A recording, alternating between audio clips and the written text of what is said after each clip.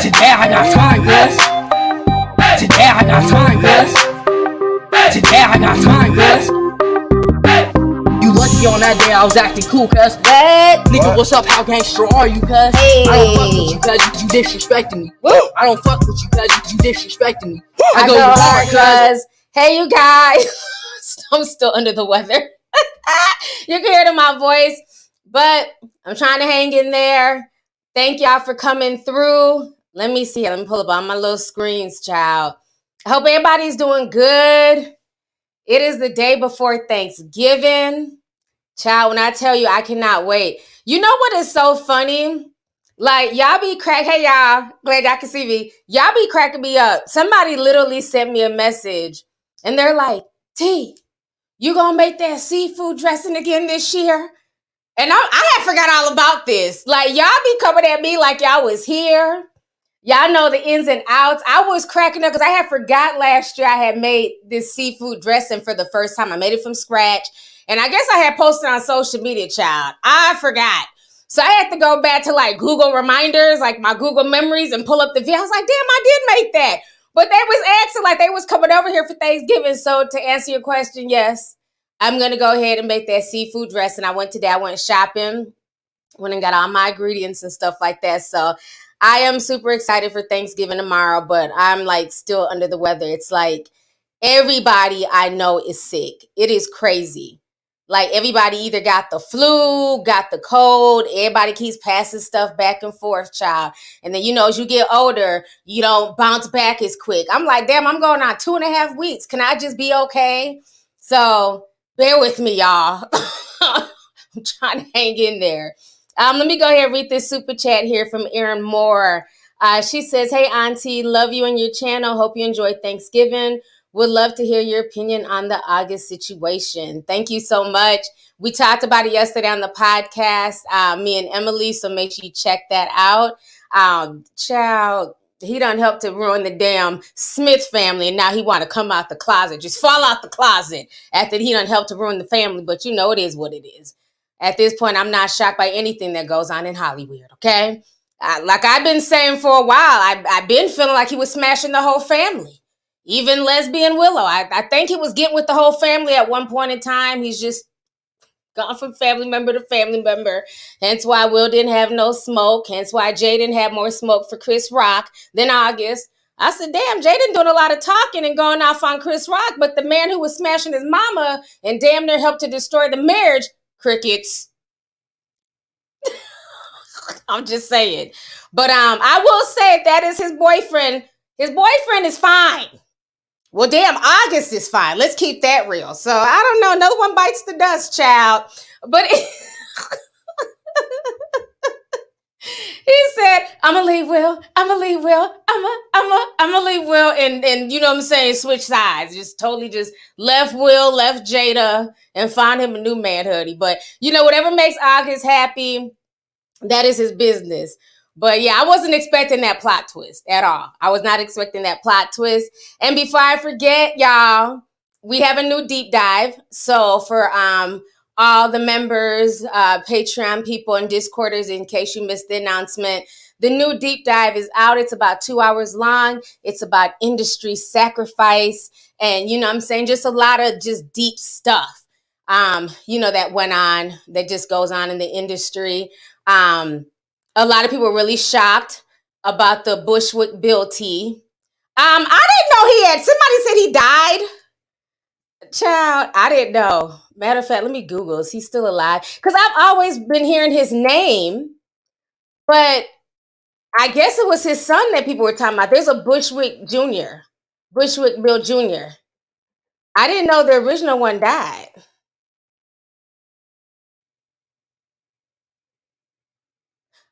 Damn, he died in 2019. Well, bless him. I didn't know that. I was in the documentary like, yeah, I hope him and Jay Prince are back cool again. Shit. I did not miss that one. I don't know how I missed that. I didn't know he died because, like I said, I keep hearing his name, Bushwick Bill. I didn't realize he had a son. So every time people were talking about Bushwick Bill, they're talking about the junior and not the senior child. Y'all be y'all. Somebody emailed like, did you know he died? Because you was asking were him and Jay Prince cool, and I think he's dead. Yeah, he died in 2019. Well, bless him. I liked it that Halloween fell on a weekend. Me and ghetto boys was trick or treating, robbing little kids for bags. Y'all not ready, okay? I liked a few of the ghetto boy songs, but it's Thanksgiving, okay? We're over Halloween. Yeah, I didn't know that, but the point of me bringing up Bushwick Bill is that he was calling out Jay Prince back when I was in high school, child. Jay Prince put a death clause in his contract, and Bushwick Bill wasn't having it. He went and lawyered up and blasted Jay Prince. Like, how dare you put this damn death clause in my contract? Y'all gotta watch the deep dive. That's all I'm gonna say. I'm not spilling no more tea, but that's why I was even bringing it up. Yeah, man. Look, Island Girl said that was my jam back in the day. Yeah, that was the jam, man. Let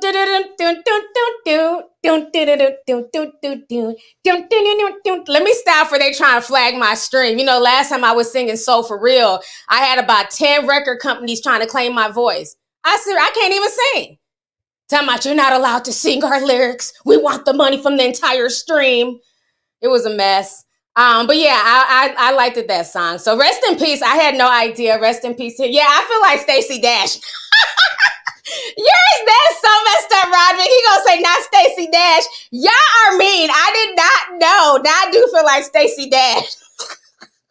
Remember she was crying about DMX? Like, I didn't know he died. Damn. I just didn't know. I don't know where I was at. Where was I at? Girl, 2019, I was living my best life, COVID free. Yeah, I had no idea, but like I said, rest in peace to him. I still remember his lyrics from his songs and stuff like that. So, anyways, y'all watch the deep dive when y'all get a chance. You know what I'm saying? It's a really good deep dive. But oh, it's a lot to talk about. Today. And they fixed my thing so I can share my screen now. Let's see how many people got here. Okay, good. We have close to 5,000 people in the house. Y'all come on in. Let's see here. Ooh, we got to talk about this situation with Nicki Minaj, Coi Leray, Bia, Lotto. Woo! I find it very, very funny. Somebody's awfully quiet. All this tea's being spilt on the internet. I ain't heard a peep from Miss Minaj. Keep seeing her barbs everywhere. You know, trying to defend her. So for y'all who don't know what happened, the other day everybody was minding their business, and now all of a sudden, bam! 130 tracks from Lotto leaked on the internet. This Barb runs this page. Now the Barb is claiming she's 13. Like I told Malachi, I don't believe shit some of these Barbs say.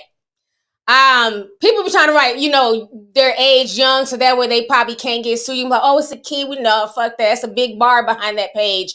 Where is this 13-year-old getting all this music to leak? And she's been leaking music for a while.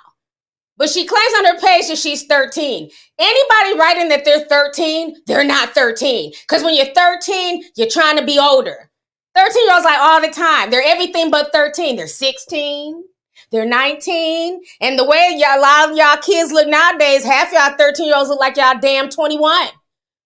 I said, I ain't never seen a 13-year-old claim to be 13 voluntarily. Unless they're, in science class or something. So the person is writing that they're 13 and they done leaked out all this music. Ooh-wee. Music we ain't never heard, music that we've heard, and they all came from Lotto's thing.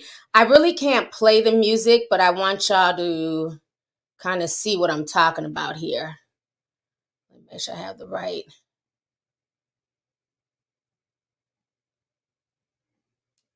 Where's the thing at? Okay, Miss Lotto. Let me read to y'all this real quick. So they done leaked her stuff. All right, there we go. So, Lotto was trending after 130 songs leak, including Bia and Coi Leray's demos and a Tory Lanez collab. Let me see here. So this is a whole lot of money. Okay. Then this song with her and Tori leaked. Now, what was very interesting is that the demo for Blick Blick leaked, right? And it sounds just like the way Nicki rapped it. Okay? And so what a lot of people were saying, you know, the slow folks, they were saying that basically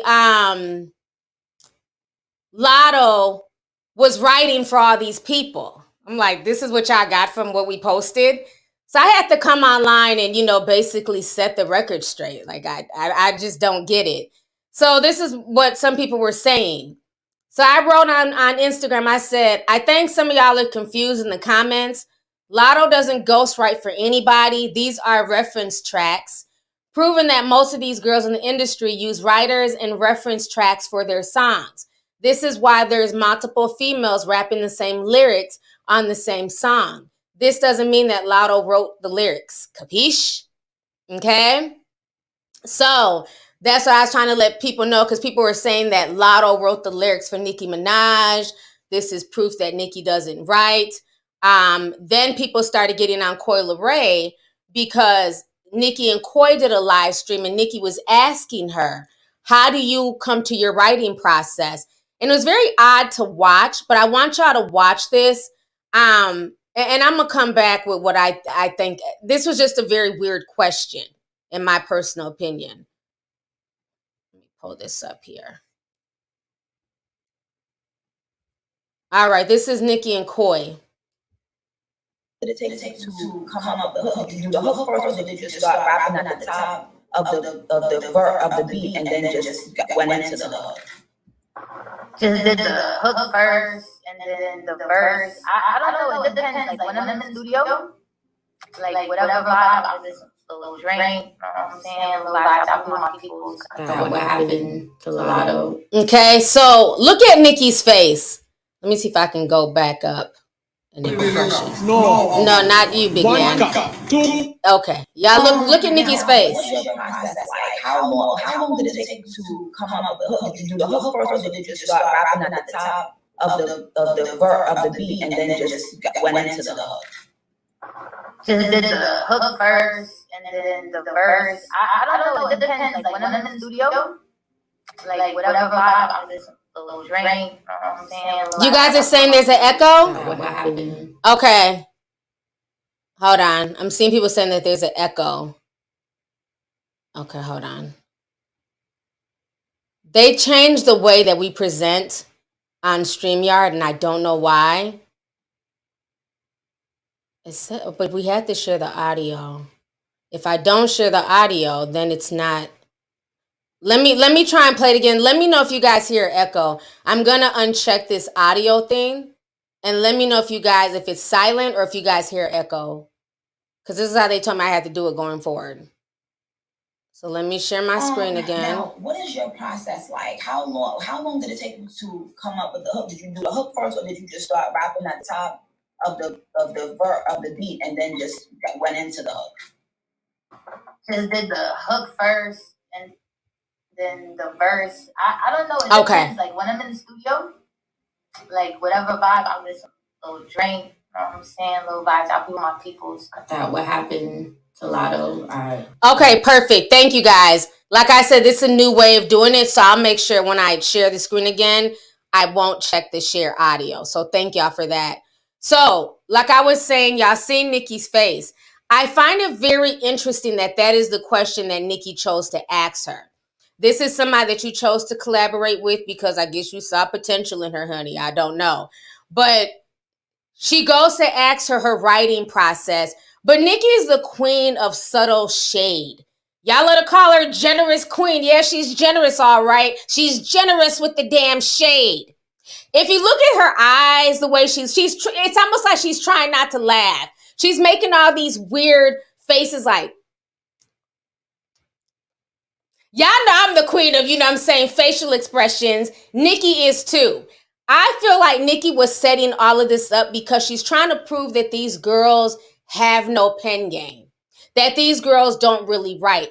One thing I can say about Nicki is that she's very serious about, lyricism and being a rapper, and she takes this seriously. I've even seen interviews where she was saying that it's insulting. You would never, go to a boxer, go to Muhammad Ali or Michael Jordan and, tell them that it's not that big a deal. They don't have to train and anybody can be a boxer, anybody can be great. No, they train at their craft, and she feels like this is her craft and people need to write. So I found that very interesting. That interview was about maybe 2-3 months ago. So a lot of people have dug that back up. And so now we fast forward and we have the whole Blick Blick situation with Lotto and Nicki, rapping that same verse. Now, what a lot of people do, a lot of writers, a lot of people who work in studios, they'll have different reference tracks and they'll have, different girls rap to them.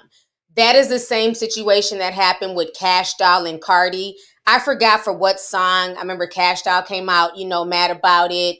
I think it was like a song with Cardi and YG. I might be wrong. And Cash Doll said that she had that song first, but they went with Cardi because she was a bigger artist. So this happens all the time. The same thing when Meg got rid of, who's the girl? Asian Doll. Her and Asian Doll were supposed to do a song together.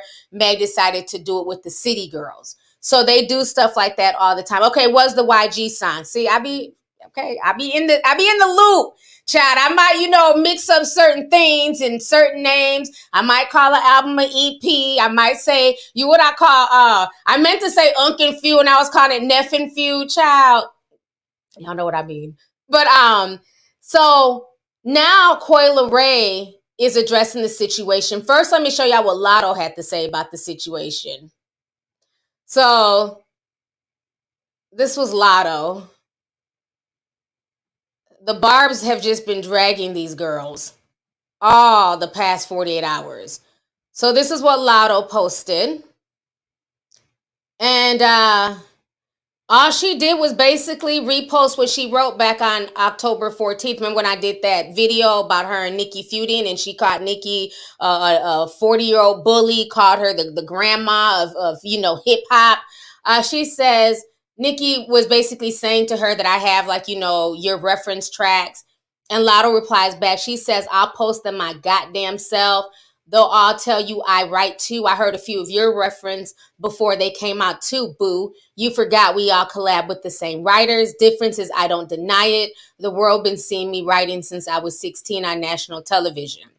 So that is what Lotto posted, instead of addressing the fact that 130 songs leaked. And of course, one of the Barbs says, we posting you addressing Nicki Minaj when this has nothing to do with her is so weird. You have spoke on your leaks and you could have spoke on your leaks and references without going back to that. Just weird.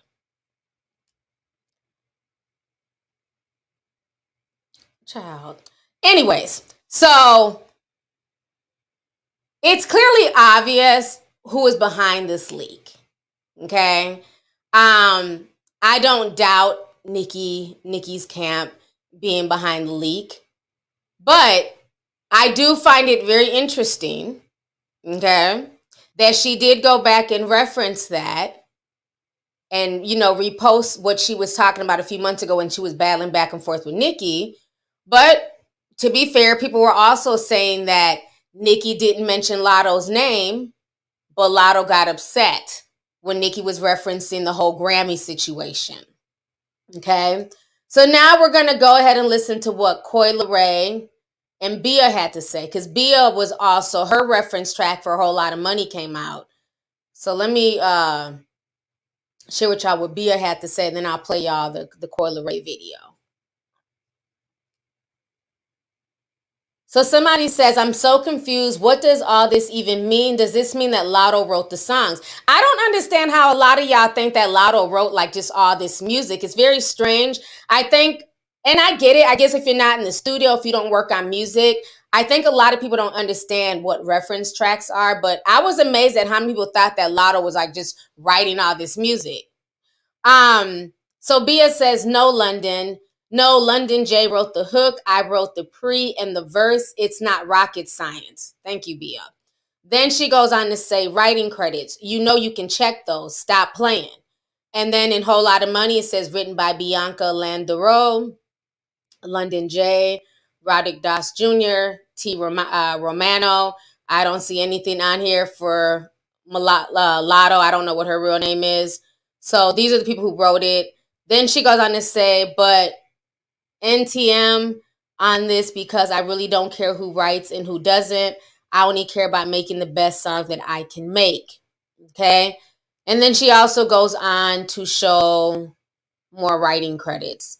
So now, that is what Bia had to say about the situation. So now I want to show you guys what Coi Leray. Oh gosh, all I see is unicorns. The unicorns are here. So let me show y'all what Coi Leray had to say here. So give me just a sec. I'm going to play a bit of her live stream.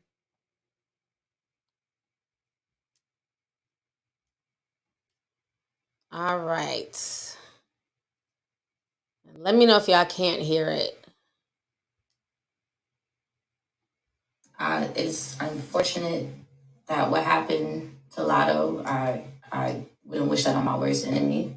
It's fucked up. It's foolish. There's a lot of hard work that a lot of people put into the music. Not only the artists, but the producers, and for people to just go and really leak something that's precious to someone is just corny. But I'm here to speak for myself, and I do want to give a little education real quick. First of all, Huddy, No Letting Up, added, and I'm looking at notes, by the way. I have my notes because I had to really make sure I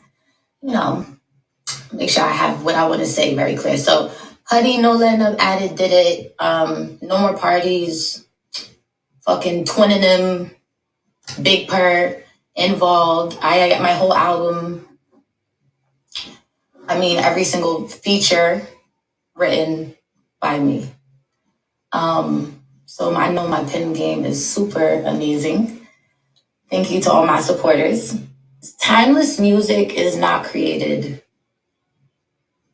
Like, you can't create it by yourself. I mean, you can, because a lot of people do. But if you look at some of the biggest records in the world, for example, Michael Jackson Thriller, that was written by Rod Temperton. He's a British man, soulful brother.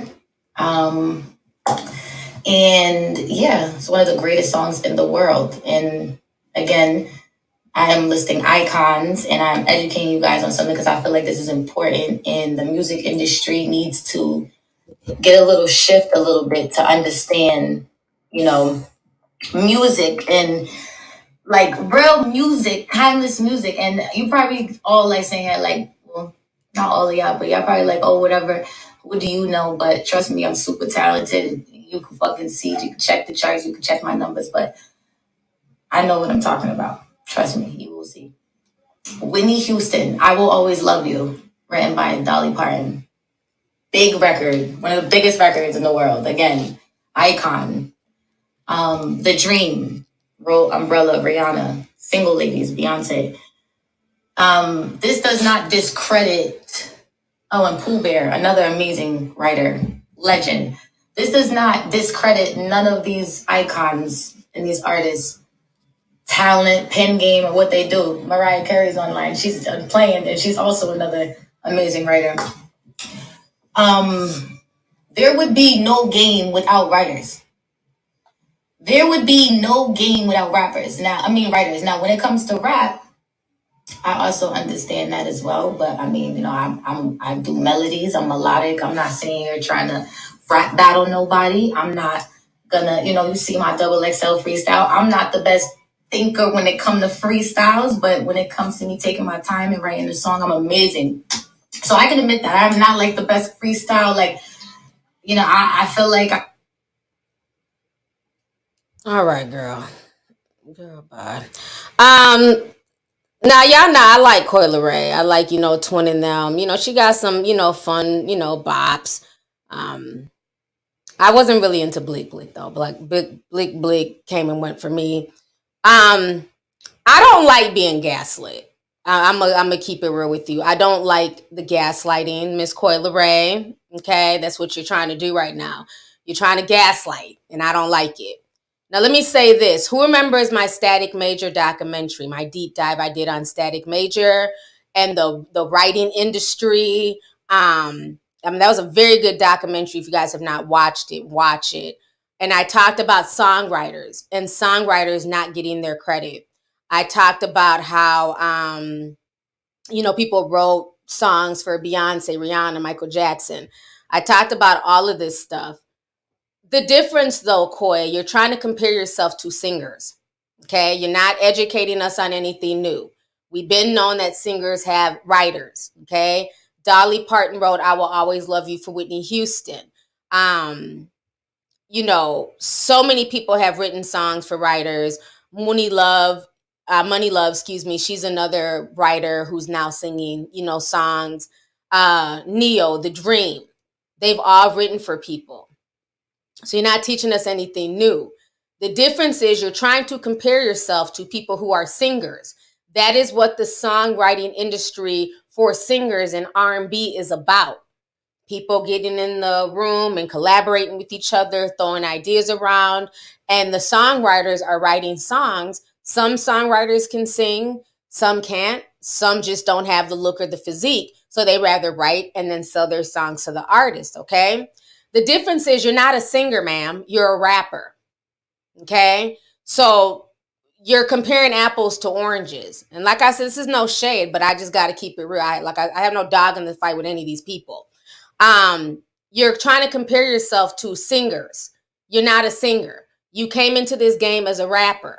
Okay. So when you come into a game as a rapper, we expect you to rap. We expect you to write your own music. We expect you to be a writer. Now, I don't doubt that Coi Leray writes, at least some of her music, right? I think she does write some of her music. I don't think it'd be fair to just say that most female rappers don't write anything. But I think what has happened is this. When rap started, it was about telling a story, be it your story or your homeboy's story or just people in your neighborhood. You were writing that story, just like how Ice Cube was writing all that music for NWA. Daz and Corrupt wrote a lot of stuff for the Dog Pound and Snoop and all them. They were all writers.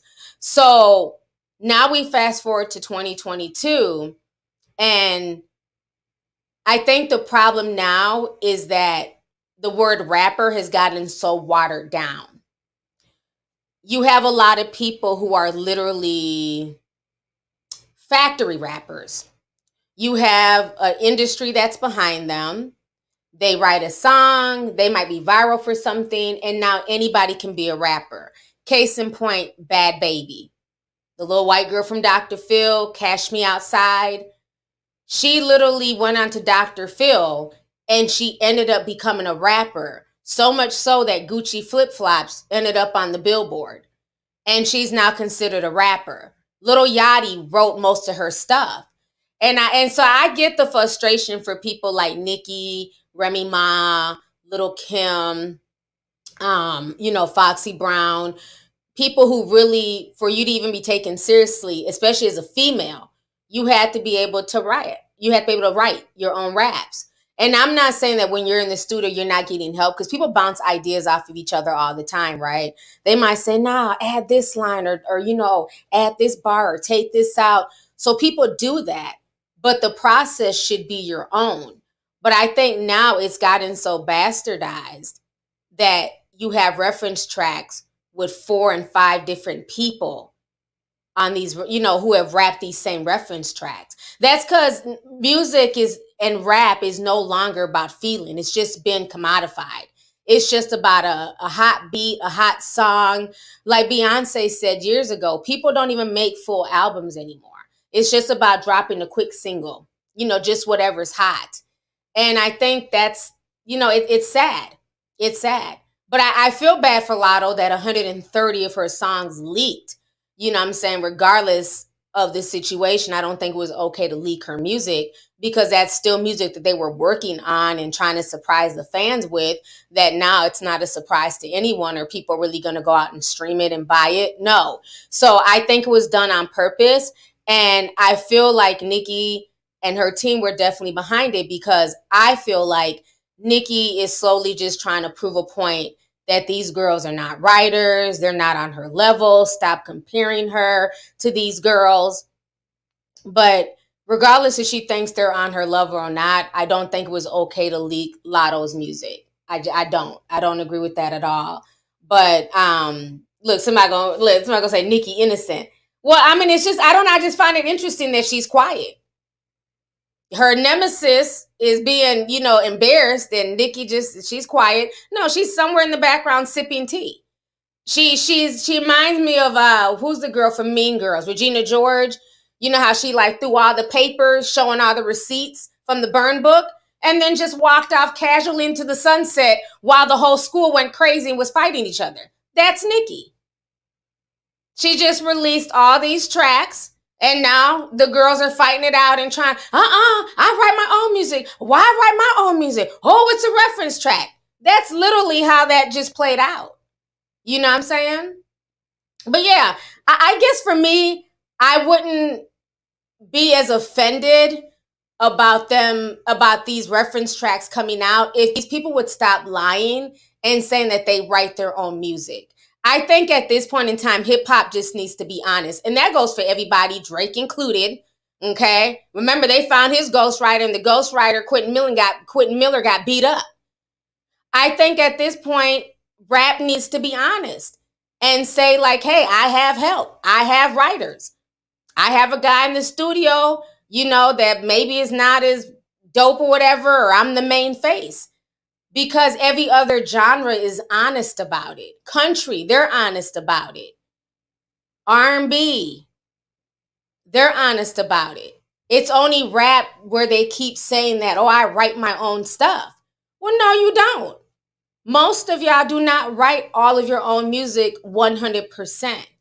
Maybe back in the day, but nowadays, no. A lot of them are getting help. And I think that that's where, people need to be honest, so that way when reference tracks leak, when things like this happen, nobody's shocked. If this was R&B, nobody would care. Nobody would even care if this was an R&B reference track. But because these girls keep screaming that they're writers and they write and I write and I write, and then a reference track comes out and you guys are all rapping the same exact lyric, well, obviously you guys didn't write that. Because everybody doesn't think the same. When you hear a beat, you might envision one thing that goes with the beat versus the person right next to you. But if you guys are all regurgitating the same words verbatim, somebody else wrote them. I don't care if it's the hook. I don't care if it's the verse. I don't care if it's the bridge. Somebody, you had help. And I think that's where they need to be honest. So yeah, you can't gaslight me into trying to bring up Michael Jackson and Mariah Carey. Ma'am, you're not a singer. You're a rapper. So that the comparison is silly. Okay? I'm going to be honest with it. I think at this point in time, if these females are going to call themselves rappers, they need to make sure that they are writing their music. And if you're going to get help, then how about we give these songwriters some not credit, because of course they get credit on the album. But if you watch my documentary that I made, a lot of songwriters, they don't make money like that. They only get money from that credit. But the artist is still able to do tours and travel and, do shows. Songwriters can't do that. And it gets really shady. They even have some songwriters, sign clauses where they can never admit that they were the songwriter. That's when you have, the ghostwriter situation. So that's my thing. If we're going to use people to help us, then give them that shine. Give them that credit as well. You know what I'm saying? But again, people don't want to do that, because if the songwriter is colder than the artist, then why are we listening to the artist? Why are you my favorite rapper if the person, hello, back here is doing all the work? Well, now I don't want to hear from you. I want to hear from her, because these are her experiences and what she's been through. So yeah, it's gonna be, interesting to see where rap goes with this. Are we just gonna say, well, fine, at this point, writing doesn't matter, storytelling doesn't matter, just make a hot track and that's it, that's all. So yeah, this whole situation shocked a lot of people. It really did. Let me read some of these super chats here. JD Scott, thank you for the 1999. Appreciate you. Everett Stark sent 9.99, says, thank you for all your hard work. Lovelyti, thank you so much for coming through. I appreciate you. Amaya, I think I said that right, said, I needed this live tonight. I graduate college next month. Your videos have definitely got me through these 4 years. You're the best. That is awesome. And congratulations to you on graduating college. Let's see here. Pink and Black says, hey, T, thanks for giving me something to listen to during my Thanksgiving shopping. Love you, girl. Love you, too. Enjoy your shopping. I know it is packed out there in these streets. Everybody's doing all their last minute stuff. I went earlier this morning. Let's see here. JD sent 9.99, says, hey, T, can you give a shout out to Muffin, my girlfriend? She's a longtime fan and she got me watching you. Now we watch together all the time. Keep it up and thank you for the tea. You are so welcome. Shout out to Muffin. Thank you guys both for supporting my channel and just supporting my content. I really appreciate it. Happy Thanksgiving to the both of y'all. Let's see here. Ty Jones says, hey, T, it's already Thanksgiving here in Okinawa. Shout out to all the service members overseas. Okay, that's Japan. I know that's Japan. Happy Thanksgiving to you and thank you for coming through and thank you for your service as well. Let's see here. La Love sent 10, says, if Trey Songz skates out the closet, 2, my feelings will be hurt. Girl, don't get your feelings hurt over Trey Songz. He don't know how to keep his hands to himself. Trey Songz is crazy. Okay? Somebody else done came out with some more allegations against Trey Songz. So Trey Songz can stay in the closet, cartwheel out the closet. I don't care. There's too many. Where there's smoke, there's fire. So I have nothing for Trey Songz. So yeah, but thank you for the super chat. Let's see here. Let's see. Kale Kendrick says, thank you for going live. Literally been crying all day. Tomorrow will be the second Thanksgiving without my mom and the first Thanksgiving without my sister, but I know this will make me forget a little. Thank you. Oh, you are so welcome. And I'm very sorry that you lost your mom and your sister. I hope you have a good Thanksgiving in spite, the loss of them. So definitely my condolences. Thank you for coming through and just spending some time with us today. I know that has to be hard around the holidays. Let's see here. Lauren sent 5 and says, what are your thoughts on the violent colorist attacks against Wendy, Real Housewives of the Potomac? We'll talk about that in a bit. I'm gonna hit on some colorism stuff. So remind me to talk about that in a bit. Tony sent 49.99, says, you're all that love, checking in with your live. Happy Thanksgiving. God bless you and your family. Love you, T. Thank you so much. And happy Thanksgiving to you as well. So thanks for coming through. Montoya, Montana says, that's why it's called spelling. These Google witches can't compete with the Supreme. My good sis is evil. I don't even know what you're talking about. Are you talking about Nikki or who we talking about? Thank you for the super chat, though. Goth Boy says, so Mulatto has been in beef with these girls. Now all of a sudden she's beef with Nikki and her shit gets leaked. Interesting, but Nikki is a victim. Clown face emoji. Yeah, I don't see any victims in that situation besides Lotto. And like I said, it's just very interesting. They were beefing last month and now, all this music is leaked. So I think you can put 2 and 2 together. So thank you for the super chat. Let's see here. Okay, Goth Boy sent another $9.99. He says, so we're talking about the same Nicki Minaj that's been raising hell on Twitter for the past few months and has nothing to say when Lotto, a girl recently needed got leaked. Okay. So hold on. That she recently got into it leaked. So you're saying that she had a lot to say about Lotto, but now that the leak is out, Nicki's silent. I agree. She's definitely gone radio silent. That's why to me it looks very suspicious, but I digress. Miss Simmons 91 says, happy holiday. Been watching you for years. Thanks for keeping me smiling, entertained, and educated. Thank you so much. I appreciate you. So I'm going to go ahead. We have another sponsored ad. So I'm going to play that really quick here. And then we're going to get into these next topics.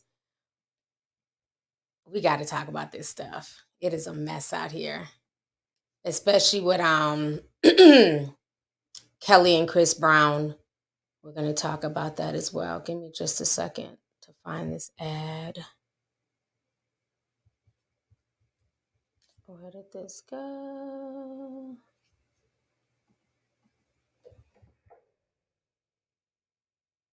Okay, here we go. I had to put it on my desktop. Okay. Let me go ahead and get this set up here.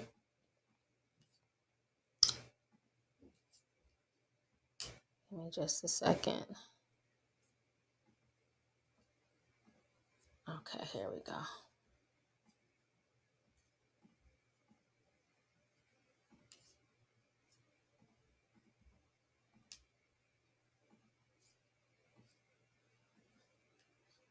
So today's show is sponsored by BetterHelp. Hold up.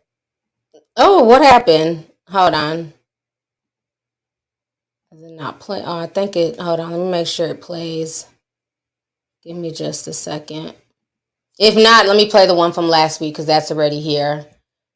I don't know why that one didn't play and it stopped. Hold on. We're going to play last week's ad. Since that one, it must have not rendered all the way. Give me just a second.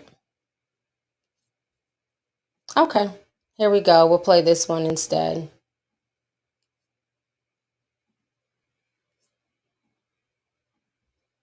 All right. Hey, you guys. I hope you guys are doing good today. Today's show sponsor is BetterHelp. And as you guys know, a lot of people are going through it. People are really stressed out. We have the cost of living going up, and a lot of people do not know what their future may look like in 2023. Did you know that a licensed therapist can help you become a better problem solver, making it easier to accomplish your goals no matter how big or small? Talking out your issues, problems, and fears with a licensed therapist can help you become less stressed and more confident in accomplishing your goals. So if you're thinking about trying out therapy, BetterHelp is a great option. It's convenient, it's accessible, and it's all online. All you have to do is go onto their website and fill out a short survey, and they'll match you with one of their hundreds of licensed therapists. And also, don't forget that if you're not clicking with that therapist, you can switch therapists at any time. So you're never going to be stuck with one particular therapist. So if you want to be a better problem solver and get your goals accomplished, therapy can definitely get you there. So make sure you guys go on to betterhelp.com/sipslow to get 10% off of your first month. So once again, go on to the website, betterhelp.com/sipslow to save 10% off your first month. So make sure you guys check them out. All right, y'all. Let me come back on the screen. All right, so sorry about that. I don't know why the other one didn't play that I recorded for today, but that's why you always keep a backup, honey. They pay for ad space. We're going to give them ad space. So definitely make sure y'all go check them out if you need any type of counseling or therapy. So now we got to talk about this whole Kelly Rowland situation because last week we talked about Kelly and her being disrespected by Peter Rosenberg. And now, honey, the internet done turned on Miss Kelly. And they are dragging her for this Chris Brown situation. So what basically happened is that Chris Brown was supposed to perform at the AMAs, and him and Sierra, they were going to do like a Michael Jackson performance. He did one a few years ago, I think on BET or something. And so the AMAs, after having him practice over and over again and go to rehearsals, at the last minute, they decided to cancel the entire performance. So Chris Brown was very upset. He went on to social media. He complained about it.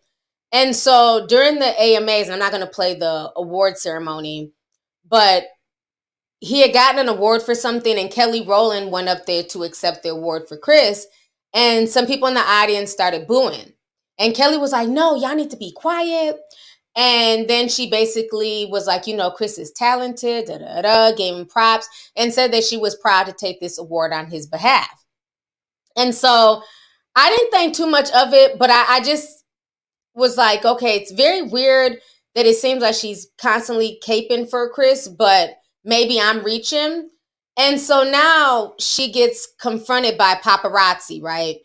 Let me show y'all this. She's trying to get in her car, and paparazzi come up to her and they start asking her about the Chris Brown situation. So let me play this for y'all real quick here. Okay. And grace is very real, and we all need a dose of it.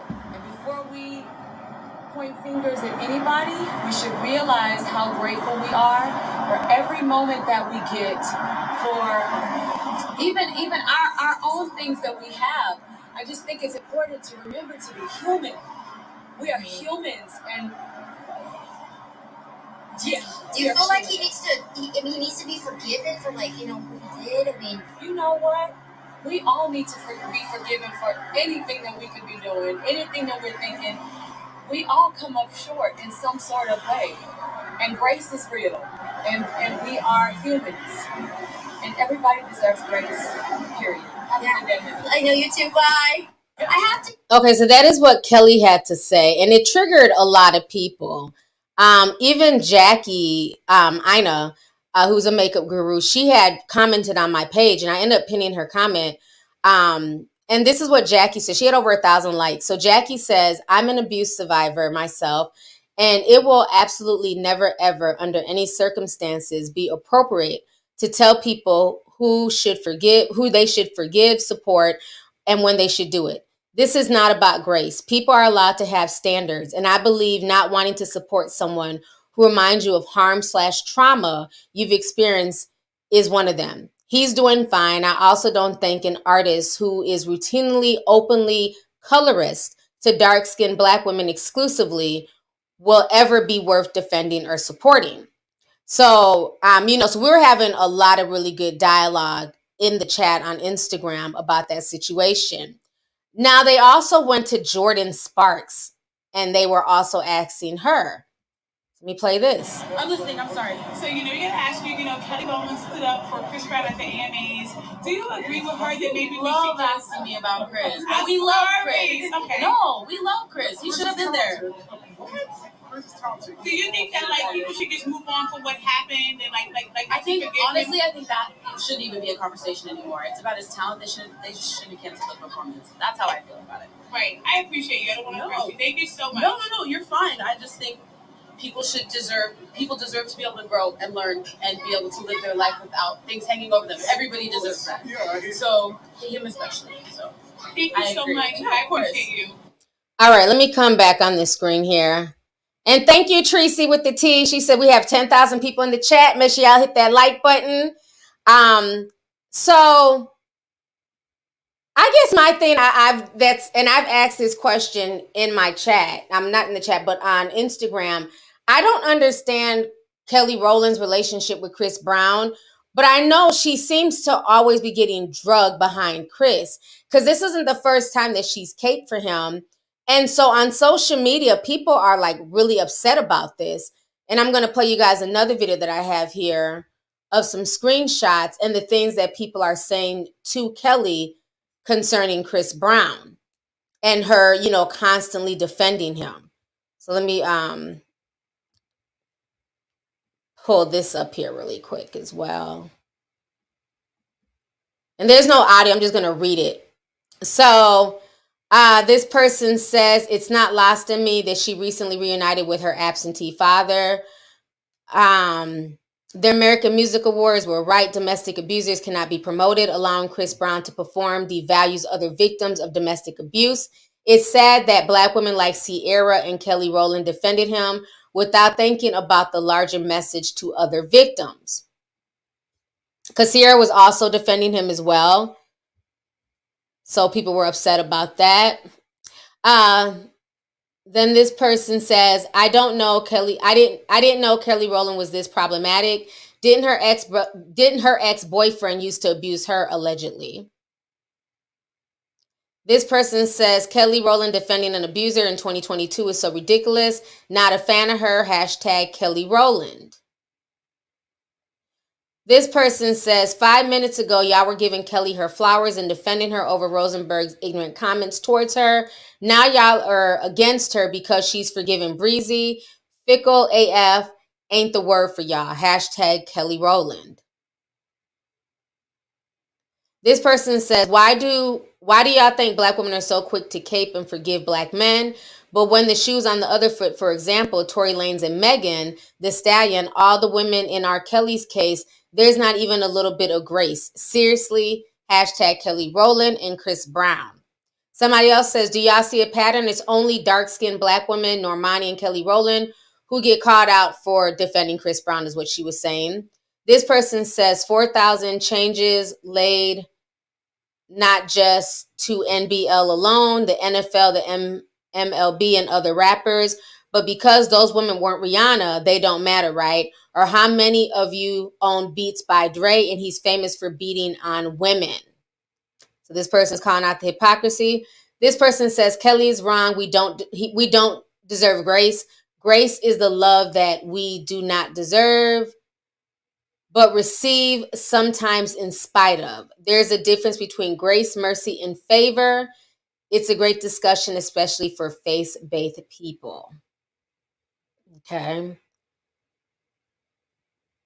Then this one says, Kelly Rowland is a clown for defending Chris Brown when he wouldn't even let dark-skinned women that look like her in his section at the club. And this person had 10,000 likes. This person says, if women like Kelly Rowland, Sierra, and even Rihanna have come out to speak good things about Chris Brown, to me that means he's a good human being, not a monster that y'all want him to be so bad.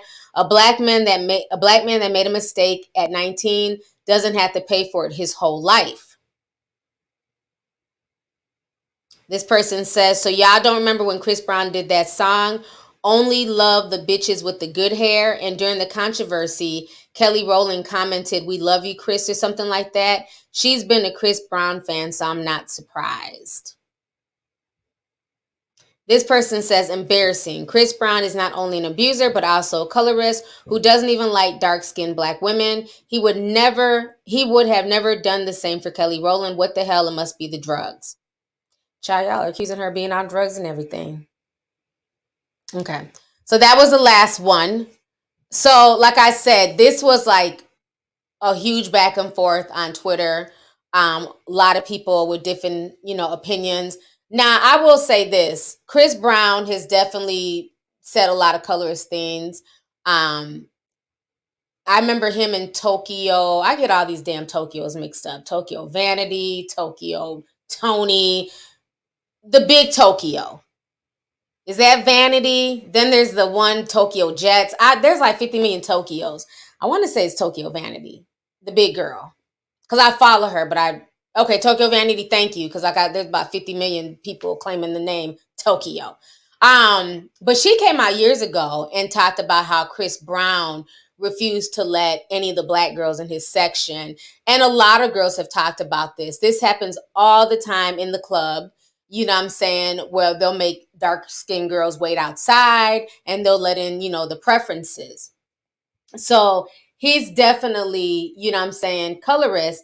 And it is very interesting that Kelly Rowland constantly capes for him and is constantly speaking on his behalf. And, I don't think she needs to. I think Chris is grown enough to hold his own nuts. If he wants to speak on the situation, so be it. I don't understand the women constantly coming to cape for him.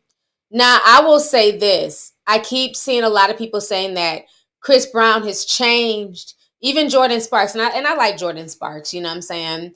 But everybody keeps saying that Chris Brown was 19 when this took place. And I agree.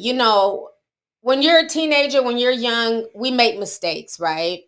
And even in that whole domestic violence situation with Rihanna, from what was stated, Rihanna put hands on him first, and that is how he reacted. And like I've always said on this channel, I don't feel like anybody, male or female, should put hands on anyone. When Krishan put hands on Blueface and Blueface reacted how he reacted, I condemn both of them. Blueface was wrong, but Krishan is also wrong for thinking that she can beat up on a man. I don't care how buff you are or how, about that life you are. A woman's strength is never going to be the same of that as a man. Okay? We need to stop perpetuating that. If I buck up to a guy, right, and I think I can hit a guy, his hit's going to hit me and hurt me a lot worse than mine will to him. So I don't condone any of it. So now everybody's saying Chris was 19. Chris was young. And I could give him grace being young, but the problem is this, okay? Y'all keep saying he was 19 and this was so many years ago. But a lot of us have forgotten that it was in 2017 and 2018 that there were new allegations levied against Chris. And at this point in time, he was a grown-ass man. So, you know, people have the right to not give him grace. Let me bring y'all these receipts. Because y'all keep talking about Rihanna as if Rihanna was the only victim of Chris Brown. Who remembers when, you know, his preference, Karrueche, I can say her name now. I know how to pronounce her name now. Let's go, TT. When Karrueche came out, remember? His preference came out and had to get a restraining order. Said Chris Brown threatened to kill me. This wasn't in 2008. This wasn't when he was a wee lad at the age of, you know, at the small age of 19. He was at the big age of damn near 20-something, maybe 30-something. Child, I don't know. Y'all got to do the math. But this here says 2017. That's almost 10 years since when the 2008 incident with Rihanna happened. Y'all seem to have forgotten this. So let me read to y'all what they were saying. Chris Brown has been ordered, okay, by a judge. A judge saw fit to order this. He's been ordered to stay clear of ex-girlfriend Karrueche Tran after she filed legal docs stating that he vowed to kill her and he's beaten her up before. Karrueche claims in a sworn statement to a judge earlier this month, Chris told a few people he was going to kill me. She says Chris told the friends if he can't have her, then no one can. Threatening he's going to take me out and threatening to shoot me. Karrueche also says several years ago, Chris Brown punched me in my stomach twice and pushed me down the stairs. This would have been during the time that Chris was on probation for the Rihanna beating. Legal docs also claim that Chris has threatened to harm her, her friends, and even recently threw a drink at one of them. She worries that he's not putting actions behind his words, and that's why she's getting the restraining order. A few weeks ago, Chris posted this video with tracks with Karrueche claims Chris was telling friends that if he couldn't have her, no one could. Ladies, y'all be complaining about niggas being like stalkers and love with y'all kind of crazy shit and get tired of it. Well, guess what? I'm one of them niggas. If I love you, bitch, ain't nobody gonna have you. I'm gonna make you miserable. I'm gonna chase that nigga out. I'm gonna chase your ass around. And it's not. Okay. Let me come back on the screen. So I'm confused as to all these people who are mad at folks who don't want to give him grace. Nobody has to give him grace. If you choose, and y'all know me, I don't tell people who they should be fans of. That is if you are Team Breezy, I don't know what y'all's logo is, honey. Y'all can put y'all's emoji in there too. I don't know if it's a pair of tap shoes or what. But if you're Team Breezy, that is your business. I've never came on here and told people y'all need to stop listening to him. If you like him, you ain't shit. What you choose to digest and who you choose to support, that is your big grown business. But you don't have the right to try and shame people who don't want to have that same empathy or grace for Chris Brown. I think everybody's allowed to like who they want to like and who they don't want to like. Everybody's allowed to support who they want to support and who they don't want to support. And I just get tired of the gaslighting of this was so long ago. There was a goofy bitch who left me a comment on my page and said I was negative because of my post about Chris Brown. I didn't even say anything bad. I was literally asking the question, why does Kelly keep caping for him? If you think I'm negative, why are you here? She was blocked, so she can't come back. But it's just the point that because somebody doesn't like your fave doesn't make them negative. That makes you a goofy bitch for not understanding that people have the right to like who they want to like and not like who they don't want to like. Period, point blank. So I always find that very interesting that folks want to go back to 2008. If he has not had any issues since 2008, then I could be like, you know what? Nobody has said anything else. Oh, not the fist. Oh, child. That is not the Chris Brown emoji. Y'all need to stop. They got the boxing gloves as emoji. Boxing glove and tap shoes. I can't stand the chat. That is not his emoji. But, y'all, I cannot stand the chat. But like I was saying, with the whole Chris Brown thing, people keep wanting to talk about the Rihanna situation. Yes, that situation was a long time ago. If Rihanna wants to forgive him, that is her right to forgive Rihanna. That's not anybody's right to shame her or say that she's dumb. That is between those were the two people involved. And forgiveness is sometimes not about you, okay? Forgiveness is also sometimes about forgiving that person and letting go of that baggage, right? She was the one who was affected physically by that traumatic situation. So if he has never had any situation since then, I could say, you know what? He was young. He's changed. Nobody else has come out against this man. But his girlfriend, his preference. Remember, she's half Asian, she's dainty, she's quiet, she's not as ghetto as that voodoo witch from the Caribbean, Rihanna. Remember that. Everybody said, he upgraded. This crazy black woman pushed him towards the edge. Well, he upgraded to his preference, who's half Vietnamese, and he punched her in the stomach and threw her down the steps, per her words. And the judge, he obviously has some type of proof because the judge signed off on the order. Okay? So everybody ain't lying on damn Chris Brown. So missing with the grace talk. Now, on top of Karrueche coming out, another lady came out. Y'all must have forgot this. Let's pull up these receipts. All right, here goes another woman. This was in, guess what? Oh, wow, 2018. Oh, another one? Another restraining order in 2018, not 2008, like y'all keep wanting to gaslight everybody. Oh, that was so long ago. Oh, 2008 was years ago. This was 2018. We're only in 2022. So let's read what this one says. Chris Brown has been slapped, no pun intended, with another restraining order. A woman named Cassandra was granted a temporary protection order against the singer after she alleged that she attended one of his parties and he began stalking and hitting her. Now, y'all remember that video I just played where he says he'll stalk a bitch. His words, not mine. Then they're going to say, according to court documents filed on Wednesday, the accuser claims that while Brown, 29, he was a big old 20 in a big age. Oh, he wasn't 19. He was at the big age of 29, still harassing women. Let me keep reading. Has never threatened her with a gun or any other weapon, but he's been following and striking her. I think they meant stalking. Cassandra alleged that Brown's harassment occurred several times on different days, though she did not specify the dates. Brown is ordered to stay 100 yards away from Cassandra and stay away from her school, which was unspecified. He also must not contact her in any way, nor is he permitted to attempt to obtain her contact or address information.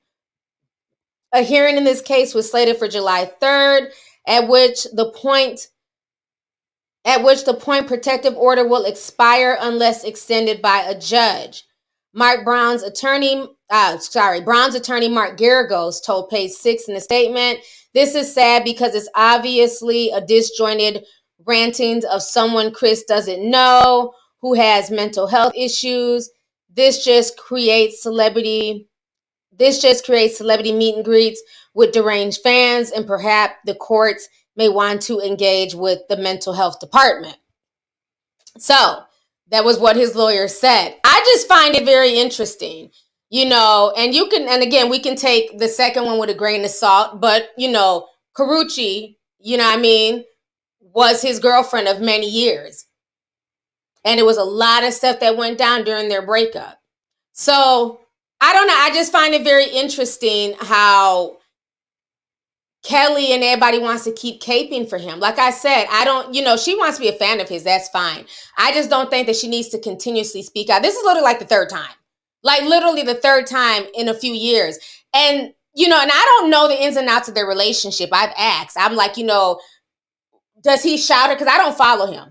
I'm like, does he shout her out on his Instagram? Have they done a song together that I don't know about? Was he on like the Motivation remix? Like what is this connection with her and Chris Brown? I just find it strange because, again, Rihanna is, with Jay-Z and Beyonce, her sister. So I find that strange that she's always speaking on behalf of Chris, but Rihanna is over here with The Rock. You remember your sister Beyonce, my sister? Oh, that's my sister. She's with The Rock too. And that's their artist. I'm just saying. It's just very interesting. So, again, I'm not here to demonize this young man. I'm just showing you guys another perspective as to why some people feel no ways about Chris Brown. Now, I will say this. The AMAs were foul for getting him hyped up, thinking he's about to perform, and then throwing the rug up under him. And that's the shit I don't respect, because it seems like a lot of these companies, these conglomerates, they do little sneaky bullshit to create controversy. Now, they want to say that the reason why they got rid of him, I believe it was posted on Hollywood Unlocked, or somebody posted it. We didn't end up posting it because at that point I was over the story. But they wanted to say that the reason why they didn't post him was because, this whole the Rihanna situation, domestic abuse situation. That's why they didn't want, not post, but that's why they didn't want to have him perform. My issue is this is nothing new. So what the fuck are y'all talking about, AMAs? Y'all did this for controversy. They invited him. They got him hyped up. They had him hype up his fan base and his audience. Because at the end of the day, regardless of if Chris is a lunatic, abuser, whatever, he can dance, he can perform, he's a good singer. I'm not going to take his talent away from him. He has issues, but he is talented, right? Two things can be true at once. So I believe that they asked him to do this to hype it up, get more black folks to watch. Oh, a tribute to MJ. We love MJ, bitch. Don't play with our heartstrings. So we're all going to tune in. We like Glorilla, we like Cardi B, but damn it, we all love MJ, black and white alike. So they hype this up, and then we find out, oh, he's not performing, MJ tribute gone. I think they did that on purpose, because you can't say that the reason that they didn't have him move forward is because of what he did to Rihanna. That's silly. Everybody knows. So again, keep the same energy. If you're going to be a fan, great. If you're not going to be a fan, great. That's your business.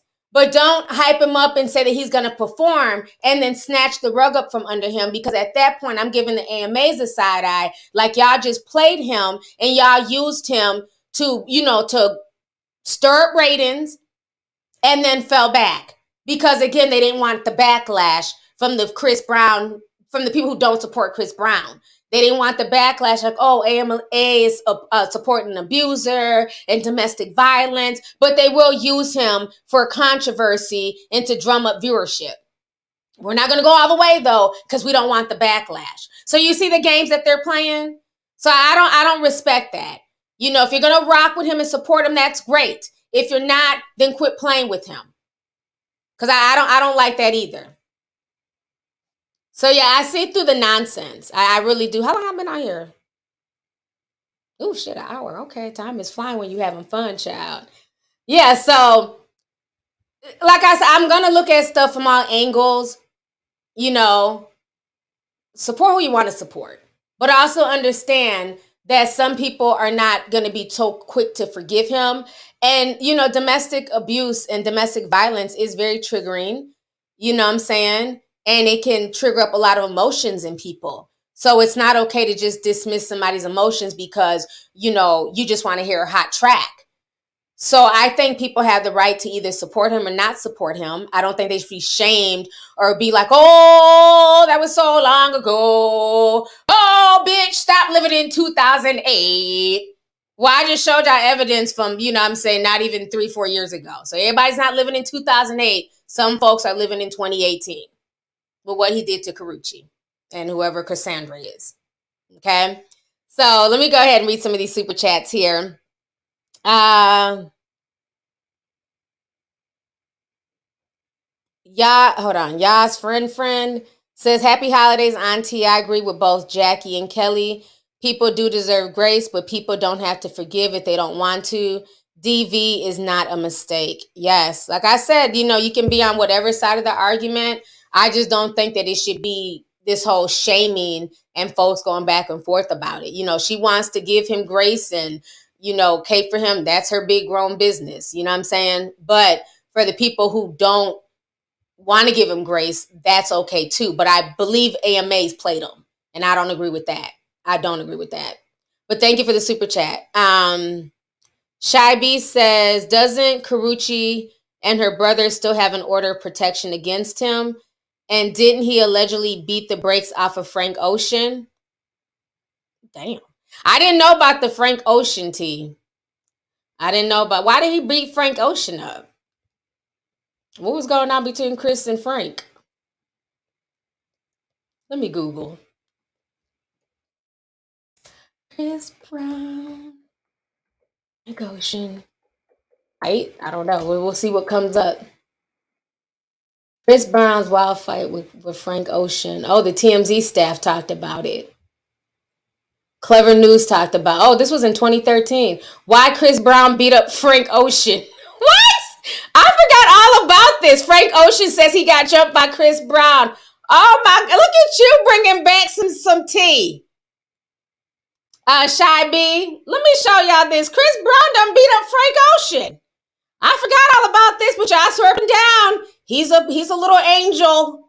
Oh, he's grown since 2008. This was in 2013, excuse me. Frank Ocean says he got jumped by Chris Brown. Chris Brown and Frank Ocean were involved in a tussle outside of a West Hollywood recording studio Sunday night, with the letter claiming he got away with a cut finger after the altercation.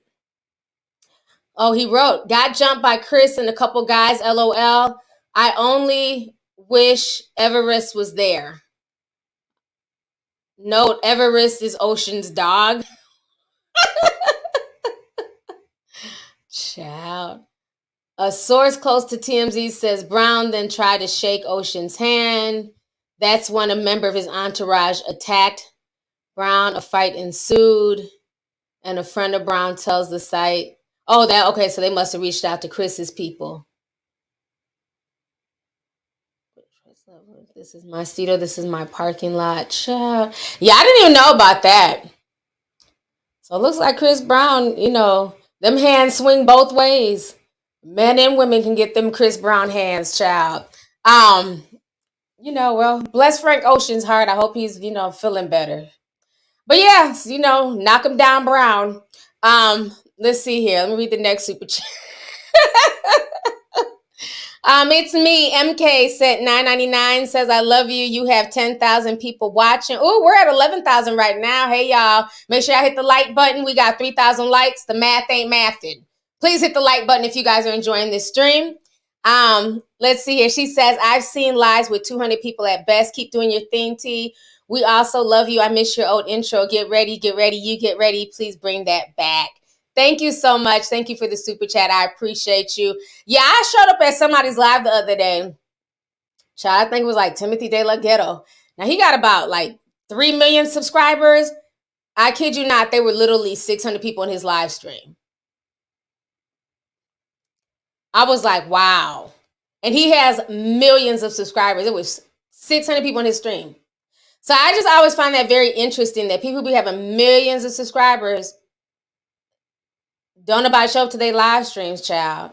And I'm not even at 1 million yet. We got over 11,000 people in here right now. So, yeah.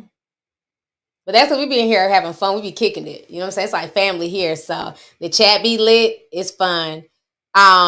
Somebody said that's because nobody unsubscribed to him. I don't know. I'm subscribed to him, but I don't know. He don't make videos like that no more. He used to like make videos all the time, rapping and shit. Then, he went Hollywood, then he came back. So now he's doing mukbangs with his daddy, child. Let's see here. Tierra Parks sent $4.99. She says, hey, T, just curious, do you ever wear braids? Been a super tea sipper since the 1600s. I've worn braids before. I just don't really anymore. My hair is very tender. My scalp is very tender. So I can't do a lot of stuff to my natural hair. So no, I would love to like get some braids, but my scalp is like extremely sensitive now. Unfortunately, it didn't always used to be like that. But thank you for the super chat, love. K Bob says I can't send much because we're closing on the house next month, but I had to send you some love. You opened my mind into buying. Thank you, T. You are so welcome and congratulations on closing next month on your home. So thank you and good luck on the move. Let's see here. Gracious greatness. Oh, I like how you wrote that. That's interesting.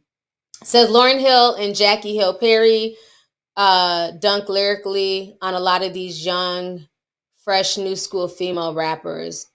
Yeah, Lauryn Hill is unmatched. You can't even compare Lauryn Hill to like this generation of female MCs. Lauryn Hill was cold. She was cold with it. But thank you for the super chat. Muchilla says, I got you on TV preparing tomorrow's meal for the family. Happy Thanksgiving, sis. Yes, I'm sure a lot of y'all are watching right now while y'all is preparing. When I get up off of here, I'm about to start preparing my food too. So I'm glad we can kind of entertain each other. Miss Simmons says, happy holidays, T. Been watching you for years. Thanks for keeping me smiling, entertained, and educated. You are so welcome. Thank you so much for coming through, sis.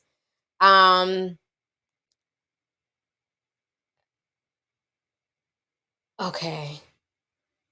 Somebody says, don't forget the Potomac tea. Lauren said that. She sent $3. Okay, well, let's talk about Potomac really quick then before I go into this whole Dominican Republic situation. Chat, we got to talk about the Dominican Republic. Whew. So yeah, we'll talk about Potomac. Let's see here.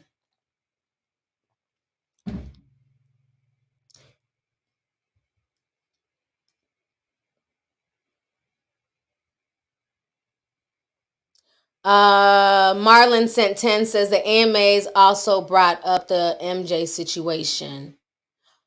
I did forget about that. They were saying that they didn't want to tribute to MJ because of the child molestation rumors or something like that. I want to say Hollywood Unlocked had it posted on their Instagram. Let me see if I can find it. I think it was very interesting. Let's see here if it comes up.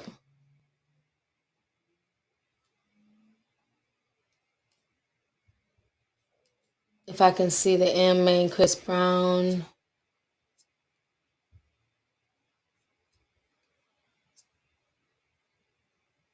They got a whole bunch of stuff posted on here, so I don't know, but yeah, they were basically trying to say that they didn't want to let Chris perform and they didn't want to give the ode to Michael Jackson because of that. But like I said, none of this stuff was new. So to me, it comes off as just ignorant. Like they were just trying to create controversy to have people tune in because most people are not watching these award shows like they used to. So they're just trying to be funny. So Real Housewives of the Potomac. Now I do watch it. I have been, keeping up. I haven't watched the latest episode, the whole drama with Peter Thomas. I was told about what happened. I still had to watch it on DVR. I got up to the most recent, but I just hadn't watched this one this week. And so they're saying that Mia's kind of like racially ambiguous. I think she's like Mexican and black. I know her mom's black. I think her dad is, I don't know, she looks Hispanic to me. But she got into it, Wendy, behind Peter Thomas, who is Cynthia Bailey's ex-husband. And they were down in Florida. Words were exchanged. Mia got really pissed off. She like threw a glass or a drink at Wendy. Wendy then went off on her. They went back and forth. And so basically, people are saying that it's very interesting how the cast is acting towards Mia. Like when Mia popped off, all of a sudden, the Blue-Eyed Bandits, Giselle, and who's the other one, Robin, they're not scared. But when Monique was popping off on Candace, because remember, Monique beat the shit out of Candace. And Monique is my girl. Candace is annoying as hell. She's a little chihuahua. Monique did what she had to do. Okay. But when Monique beat the brakes off of Candace, remember the blue-eyed bandit, which one is that? The one that was married to Pastor Jamal Bryant.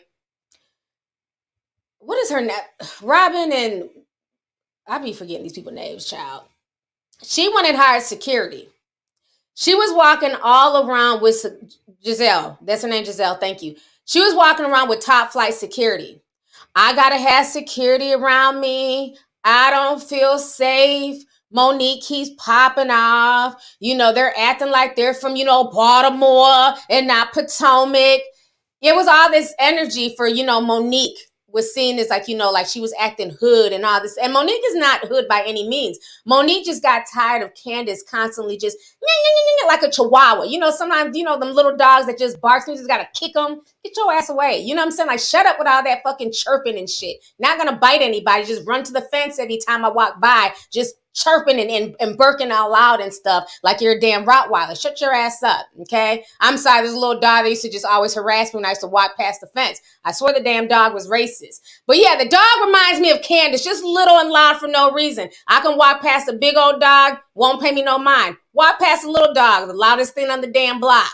So Monique, did what she felt she had to do. I'm not saying I agree with violence, but I kind of saw where Monique was coming from, right? But yeah, everybody needed protection from Monique. Everybody needed security. Nobody was willing to give grace to the black woman. And so eventually Monique left the show. She's like, fuck this, I don't need this show. And so from what I'm hearing, the Green Eyed Bandits are, for some reason, there's no security behind them now. Now that Mia done got up and threw a glass and, tried to put hands on Wendy and all this other stuff, it's just like, oh, Mia did what she had to do. Well, damn, didn't Monique do what she had to do against Candace? So a lot of people calling out the colorism. And then also, it's like, once Wendy popped off, she was wrong. But with Mia, it's like Mia's getting praised and people are clapping for her. And, I'm glad you went off. And, I'm not the biggest Wendy fan. I'm not a big fan of any of these people, to be honest with you. My show's Real Housewives of Atlanta. But, y'all got me watching Potomac. So, I watch for the key. But, I do find that very strange that everybody needed protection when it was a fight between the two black girls. But now that, Mia done popped off, it's, nobody needs protection and everybody's standing with Mia. Mia did what she had to do. Yeah, colorism is real. And, and it's sad. And yeah, Mia's very messy. She's very messy. Like I said, they're just all messy. And this is a very old cast. With the exception of who's the little mixed one with the white husband who goes every which way. I forget her name too, with the two babies. Dean's mama. I know Dean the Bean, her baby. Ashley Durberry.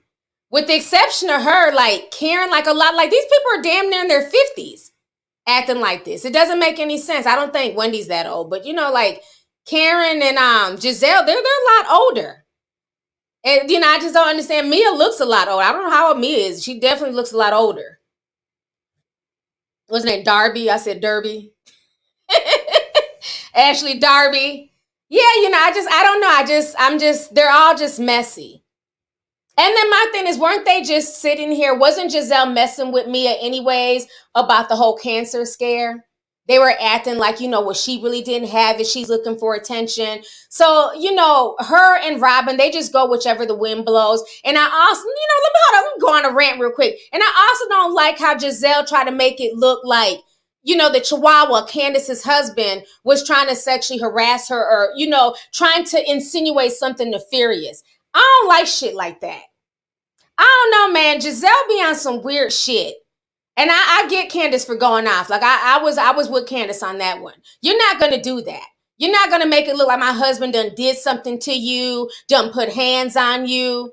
Like Giselle be trying to stir up shit that can get people in real trouble. That can get folks, Me Too'd out here, even though they're innocent. So I didn't like that. I think that's probably why I had stopped watching for a few weeks, because she kind of annoyed me with that. Yeah, just really messy. Now, Robin, I will give Robin her props for when she was talking to Wendy's and them about it. And then she also had she don't fool with Wendy, excuse me. She was talking to her husband and she was talking to Candace about it, and she was saying that she didn't agree with how, you know, Giselle went about her moves, that it was disrespectful. You know, Giselle's trying to make a mountain out of a mountain. She's trying to like turn a little situation into something bigger than it is, and I don't respect that. So yeah, this is a bunch of old crazy ladies on a show that we all watch. They're all a mess. But yeah, I do find that very interesting that, you know, all of a sudden now nobody is scared of Mia. You know, Mia's not a thug, but Monique was a big old thug. You know, they had to have security with Monique. And then Monique, you know, they had her like she had to go into counseling and keep apologizing. And then Candace tried to press charges and the judge threw it out. It was a mess. It was a mess. I do like Karen. Karen has grown on me. Karen is funny. She's grown on me. Yeah, there's definitely, you know, like I said, colorism is big in every aspect of life, you know, on reality television, you know, in the real world. It's definitely a thing. Oh, they kept calling Wendy ghetto. Oh, interesting. So Wendy's ghetto, but Mia's not ghetto. Mia's as ratchet as they come. I'm sorry. She got money and she married well, but she's ratchet. She's hood. She's just as hood. Yeah, I don't get it. Somebody said Monique is a real one. I would have did the same thing. Yeah, I just think Monique got pushed to the edge. You know, like I said, I'm not condoning violence, but Candace she's just one of them people. She just stirs shit.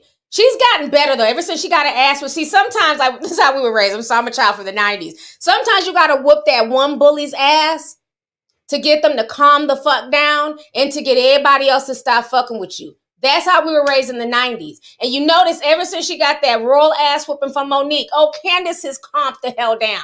Because I couldn't stand Candace. Now I can watch her and not be as annoyed. I used to call her tissue box. So I think Monique putting hands on her helped. Because it's like everybody's not going to deal with your shit. Reality television or not, you're not going to keep messing with me and keep messing with me. I'm eventually going to have to drag you across this floor. And she's calmed down a lot. Now she be like, I don't want to look like the messy black girl. Even in her confessional, she's gotten real, let me think before I just talk and spew bullshit. She's calmed down a lot. Thank you, Monique. Thank you, Monique. Because I can now stomach Candace. But for a while, I couldn't stand her. She just got on my nerves. But this season, she's been okay. I think that ass whooping helped. Oh, well. So now we got to talk about the Dominican Republic, child. This is a mess. Talking about colorism. We got to hit on what's going on with the Dominican Republic. I don't know if y'all are aware of this. But if you are dark-skinned, they don't care if you Haitian, African American, Nigerian, from somewhere in the Caribbean. The U.S. State Department has issued a warning for dark-skinned people. Okay? Dark-skinned people such as myself and others.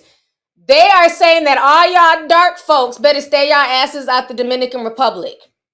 It's gotten so bad right now. Not only are they trying to forcibly remove the Haitians there, legal or illegal. They want all the dark-skinned Haitians to leave. So if you happen to be dark-skinned, now you might not be Haitian, you don't even speak, what is that? What they say? Sake passe. You don't speak Creole. You're just minding your American business. If you are dark-skinned, you are at risk of being deported, hurt, maimed. There have been reports that they are even killing dark-skinned people in the Dominican Republic. Let me go ahead and show y'all this if y'all think I'm lying. So when I tell you that colorism is very real, it is very, very fucking real. This is what is currently going on for all y'all who don't know. For all y'all who want to run down and, go grab an exotical, dark-skinned black men, be careful, because you might end up, you know what I'm saying, a lost cause in the Dominican Republic. So the U.S. state is warning its dark-skinned citizens of the Dominican Republic migrant crackdown. So Haitian migrants are being deported from the Caribbean country. Authorities says they are targeting people based on their appearance. Okay? So anybody, U.S. officials in the Dominican Republic are warning dark-skinned Americans, they are at risk of being swept up in the country's crackdown on Haitian migrants. The advice from the U.S. Embassy in Santo Domingo suggests that authorities there are using a person's appearance as criteria for detention of those suspected of being in the country illegally. Okay? This is real, y'all. There have been dark-skinned people in the Dominican Republic reporting being beaten, people being killed, because they're assuming that they are Haitian. And the thing that's sad is Haitian people can be of any complexion. Shout out to my girl, Sweet Ma. Sweet Ma, okay? She is full Haitian. She will speak Creole at the drop of a dime. And Sweet Ma is super light-skinned. And she is full-blooded Haitian. Shout out Karine Alodo. I don't know if I mispronounced your last name, but I love her. She's on YouTube. Beautiful girl. She's Haitian, Karine. You know what I'm saying? She's lighter skin. You know, she's like brown skin, you know. So everybody who's Haitian is not like super dark. So for them to just be targeting dark-skinned people and saying if you're dark, you're Haitian, get out. And shout out, I see my Haitian flag. Shout out to all my Zoes in the chat. Shout out to y'all. You know what I'm saying? And you know, I'm not trying to make this a Dominican versus, you know, Haitian thing, right? I have Dominicanos who support me. And shout out to y'all, but y'all's country. Y'all not don't have to drag y'all's country a few times. Y'all's country do be on some colorist stuff. Like, let's keep this real. Now, this is what's really bothering me with this, right? Because like I always say, if you don't understand history, you're destined to repeat this. And what is very eerie and very scary about this, Dominicans, your country is repeating some very scary things, okay? Now, we all know my Spanish ain't the best, okay? But I've talked about this in the past. And I feel like this is, once again, what they're trying to do. Mejora la raza. Okay? Mejora la raza. Again, my Spanish is not the best, but all my Latinos, everybody in Latin America, y'all know what I'm trying to say, okay? It means the advancement of the race. You never go darker. You always go lighter. That's why a lot of times too, like in Latin countries, you'll see like the dark skinned grandparents and then the lighter parents and then the grandkids are even lighter. They're trying to wash out that black. And did I do good on my pronunciation? Thank y'all for writing it. Yes, it's a real thing. Mejora la raza, right? Advancement of the race. And I believe that this is what is going on, or improvement of the race, right? Improving it by making the race lighter. Now, like I said, if you guys are not going to face this head on, you guys are destined to repeat the past. Let's not forget this colorist who literally slaughtered thousands of Haitian people, Rafael Trujillo. Okay? Remember, there's a such thing as the Parsley Massacre. A lot of people don't know about the Parsley Massacre. It happened between the years. Let me see if I have the years written down. I believe it was like the 1930s, like 1936 was the Parsley Massacre. And over 280,000 Haitians were killed. Okay? They were killed. And this was the president at the time, Rafael Trujillo. This is him. Very light-skinned man. He didn't want any darkies darkening the Dominican Republic. So what he did, because at that point, because if you look at the Dominican Republic and Haiti, they're on this big island called the island of Hispaniola. It's all one island, right? But the Dominican side is more flourishing, you know, because the Haitian side, I think they've like they've over cultivated the land, so a lot of stuff doesn't really grow. It's a lot more struggle on that side, on the island of Hispaniola. And so he wanted to keep the Haitians on that side. He did not want them freely coming to the Dominican side. And so Trujillo went on to kill a lot of Haitian people. Now, what some of my Haitian friends have told me, even though he's light, bright, damn near white, come to find out, they said his great-grandmother was a dark-skinned Haitian woman. So the self-hate is real. This man has Haitian blood in him, but because he was lighter skinned, he was able to pass, you know, and just be full Dominican or whatever. But he has Haitian blood in him. He has a dark skin, you know what I'm saying, grandmother. So it's sad. And that's why when I was talking about colorism like a few years back, and I was talking about it like, you know, how colorism affects, you know, globally, right? Different cultures from Africa to the Caribbeans, Asia, things like that. And I was saying the thing, wait, how you pronounce it? Somebody wrote in Spanish. Trujillo? Oh, Trujillo. Thank you for breaking that down. Sukwan Kun Trujillo. Okay. So Rafael Trujillo. Okay, thank you. Like I said, I be trying, child. My Spanish is not that good. My kids' Spanish is better than mine. But I was saying it was like a bleaching topic. And I was saying, like, don't be so hard on people who bleach their skin, especially in certain countries, because you have to understand that for some people, when they bleach their skin, they're literally bleaching their skin to better their life, like to better their circumstance, because colorism is so damn blatant and messed up. Even like if you think it's bad here, go to certain countries. I remember a few years back, they were saying, and I don't know if it's like that now, but in certain banks in Jamaica, you could not work at the front desk if you were not light skinned. You'd either be in the back or you wouldn't get a job.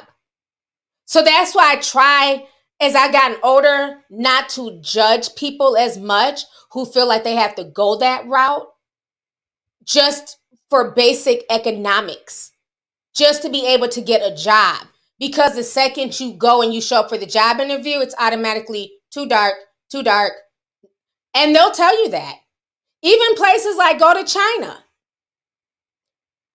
They want to talk about Chinese hate. Be black in China and go try and apply for certain jobs. They'll tell you in the Chinese wanted ad, we want white. We want blonde hair, blue eyes. They have full descriptions of what they are looking for. Is this a job for an acting gig? No. To be a teacher, banker, fry cook. And they're literally putting the race in the description. And it's like a really dirty secret that a lot of people don't want to talk about or acknowledge. But colorism plays a part in a lot of stuff. From the entertainment industry to even just getting regular jobs out here. That if you are lighter and you're more palatable, you do have a better chance at certain things in life. It's just fact. It's unfortunate, but it is fact that you have to work 10 times as hard as a darker skinned person to show somebody your value and your worth. And it's sad. There's certain things that lighter skinned girls can get away with, and it's seen as cute and spicy. Look at Krishan. I talked about this a few streams ago. I like Krishan. Think she's a sweet girl. I got a chance to meet her, but her antics are bullshit. She's doing too much. But people find it cute because of how she looks. If Krishan was a dark-skinned girl running around here doing half the shit that she's doing, she'd been canceled a long time ago. Blueface wouldn't even looked at her twice. Let's keep that real. He's already been called out for being colorist. So, colorism is very, very real. You know what I'm saying? And so it's really sad that these Haitians that are in the Dominican Republic, legal and illegal, are just being treated like trash. And it's been going on for a while.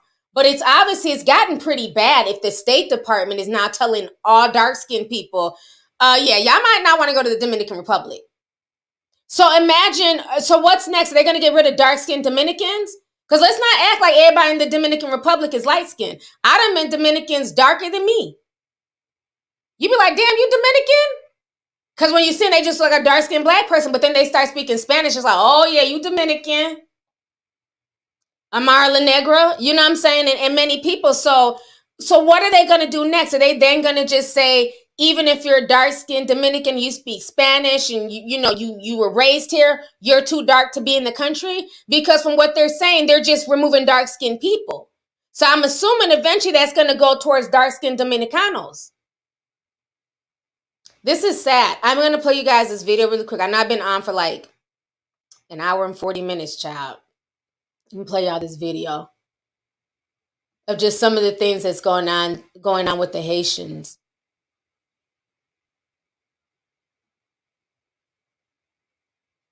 There was one that was really sad. They this lady, man, having a baby.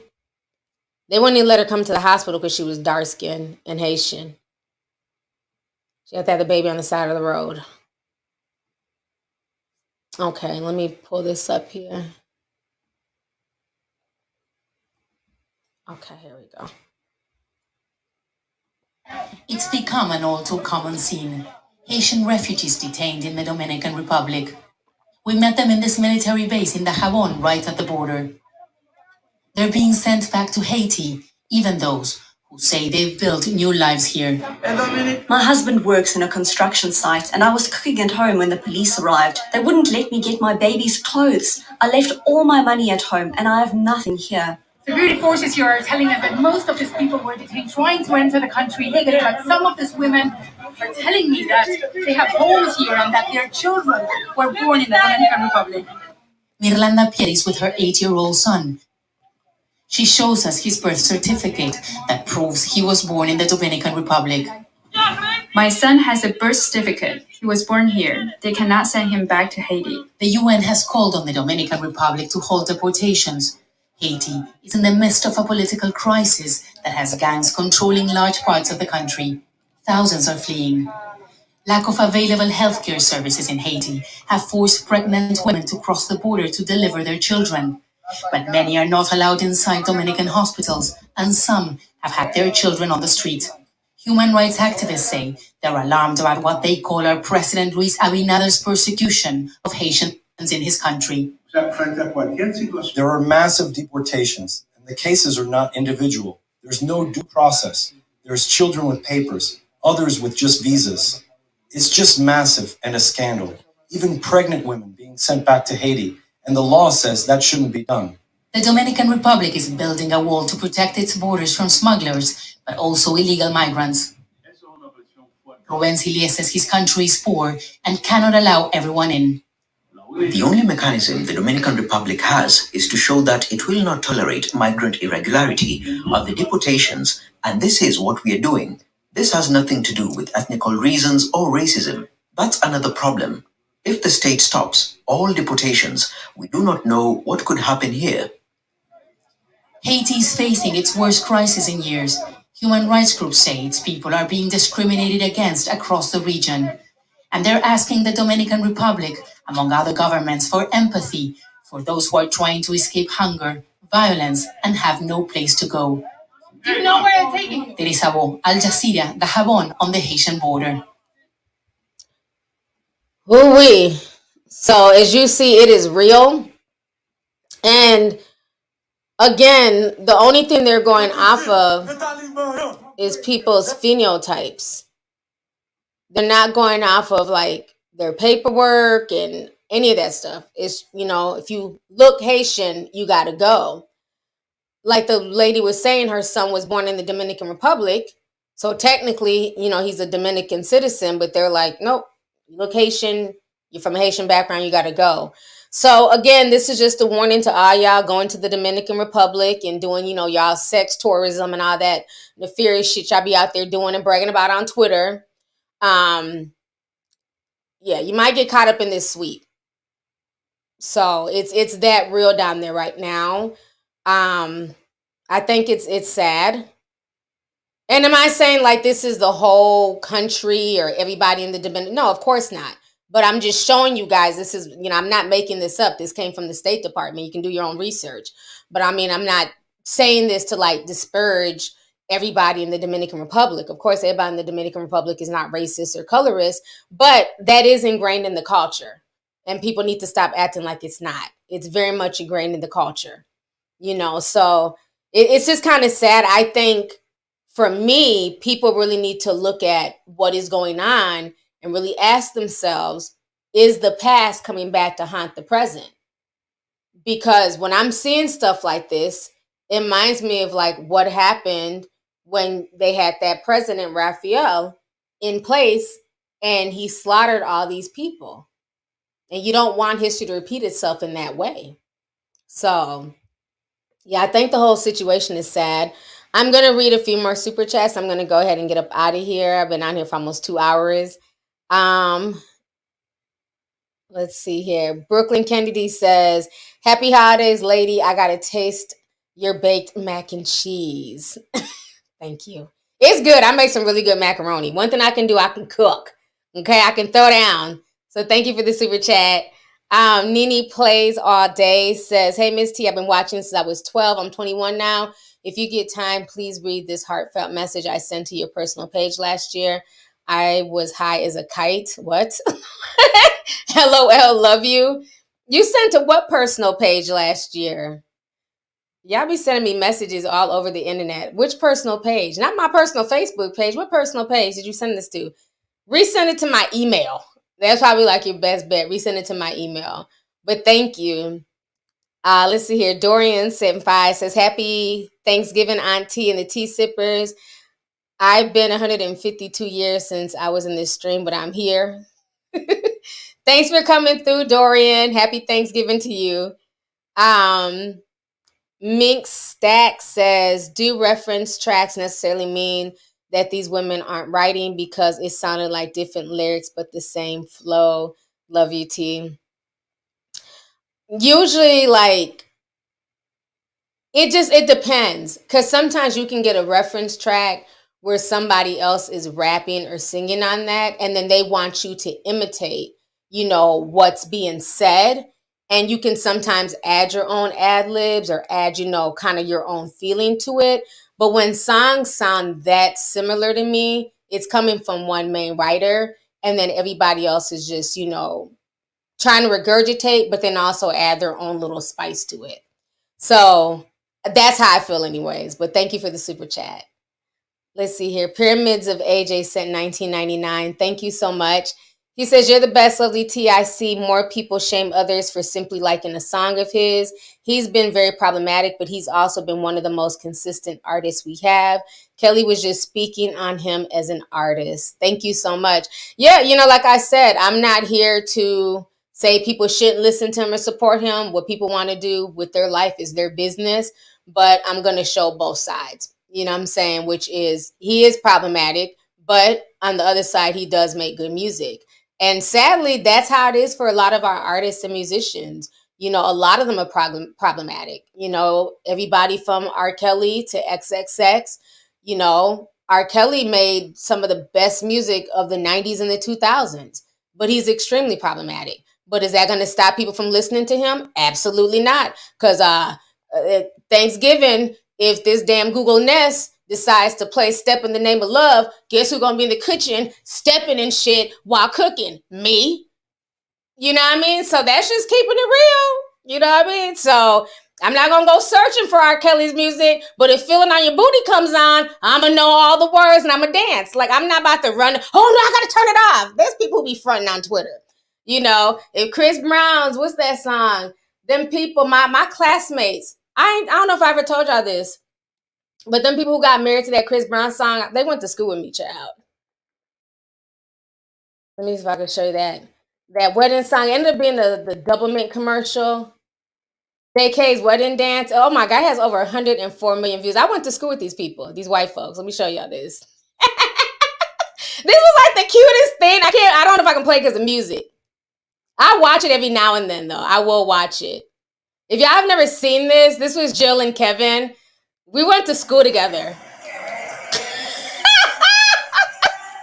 out to Jill and Kevin, honey. I'm gonna try and let me move up a little bit closer.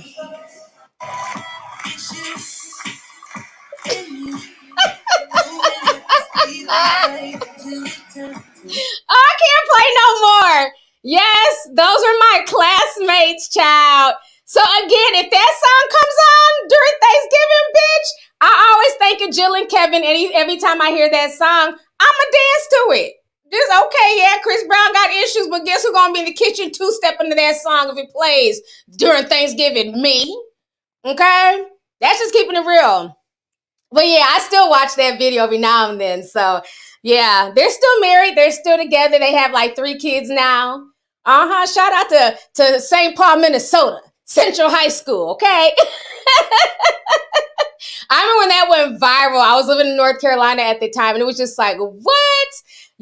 So, and that was when like videos were just innocent. It was real virality. It wasn't a company making stuff viral. It wasn't a bunch of gimmicks. It was just a simple wedding, and they had an amazing time, and they're still married to this day. So, kudos to Jill and Kevin, honey.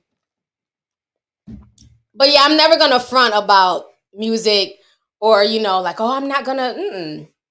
Should I listen to all types of problematic people? It is what it is. Let me see here.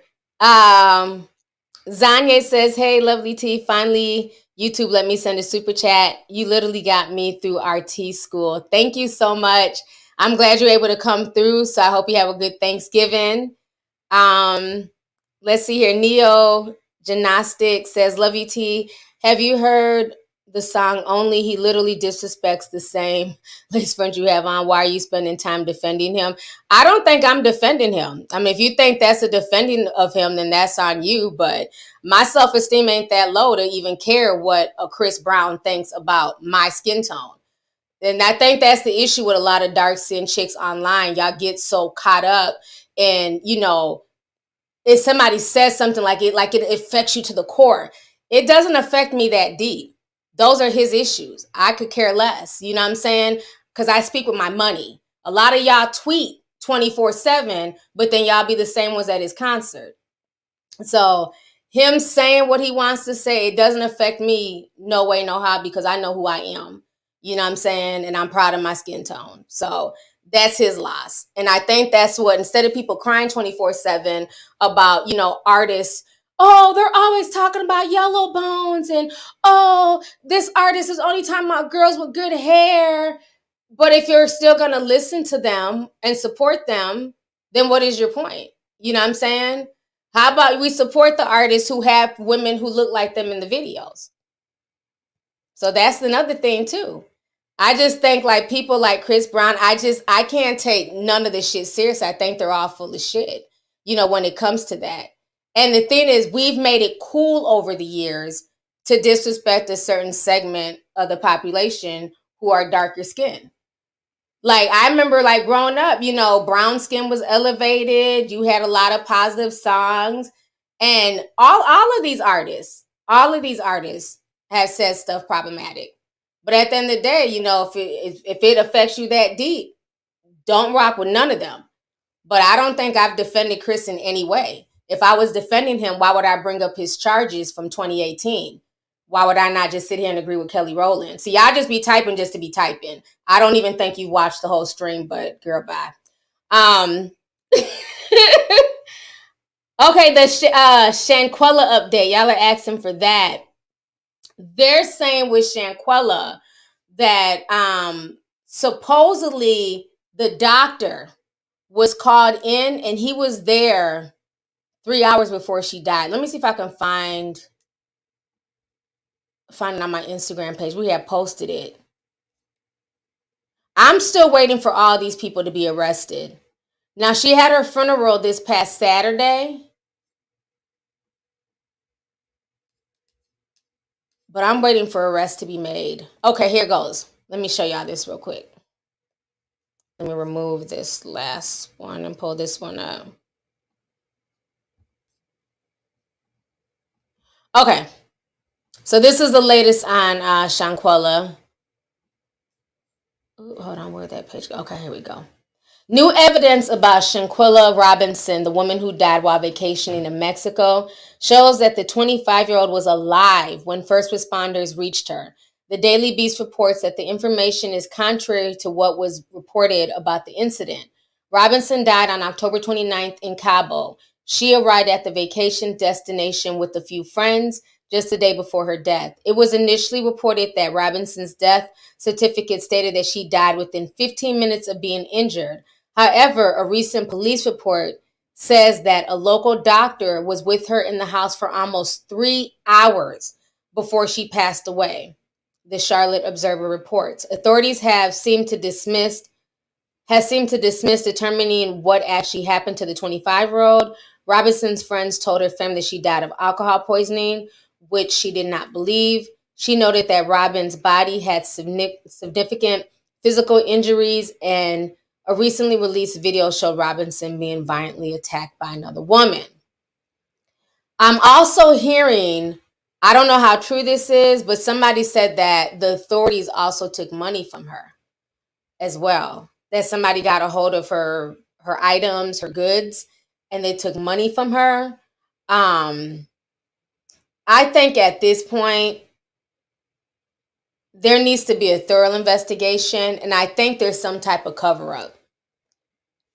The friends aside, right? So we all know the friends aren't shit, and they were trying to do their own cover-up. But I'm not understanding what medical professional would show up to a scene like that, and they would sit there with her for 3 hours. Why would they not take her to the hospital? If she was that bad, what is sitting there with her with the stethoscope going to do to help her? At that point, she should have went and got emergency treatment. And the fact that it took her 3 hours to die shows that she was in agonizing pain, because they said what killed her was like the break to her neck and spinal cord. So there's like a huge cover up. Yeah, somebody said, okay, yes, T, 17,000, and they're all being investigated by the police. And now was that because I heard it was 17,000. The Cabo 6 stole 10,000 from Shaquilla. Now, did they take that money by running her credit card? Because I remember her dad saying that they all flew back on plane tickets purchased on her credit card like 2 days later. So, even at the very least, these people are thieves. Like, that's credit card fraud, robbery. They said one of the guys was stroking her hair. They just issued an arrest warrant for someone in the Shaquilla. Okay, so the Shade Room just posted that? Okay, let me look. They said the Shade Room just posted another update. Thank you. Let me pull up the Shade Room here. Matter of fact, let me refresh my page. Maybe my girl might have posted it. Yeah, they got to do something about this case. I don't think the internet is going to let them rest until this case is solved. And that's the good thing about having the internet. The internet has issues, but they do come in handy for something.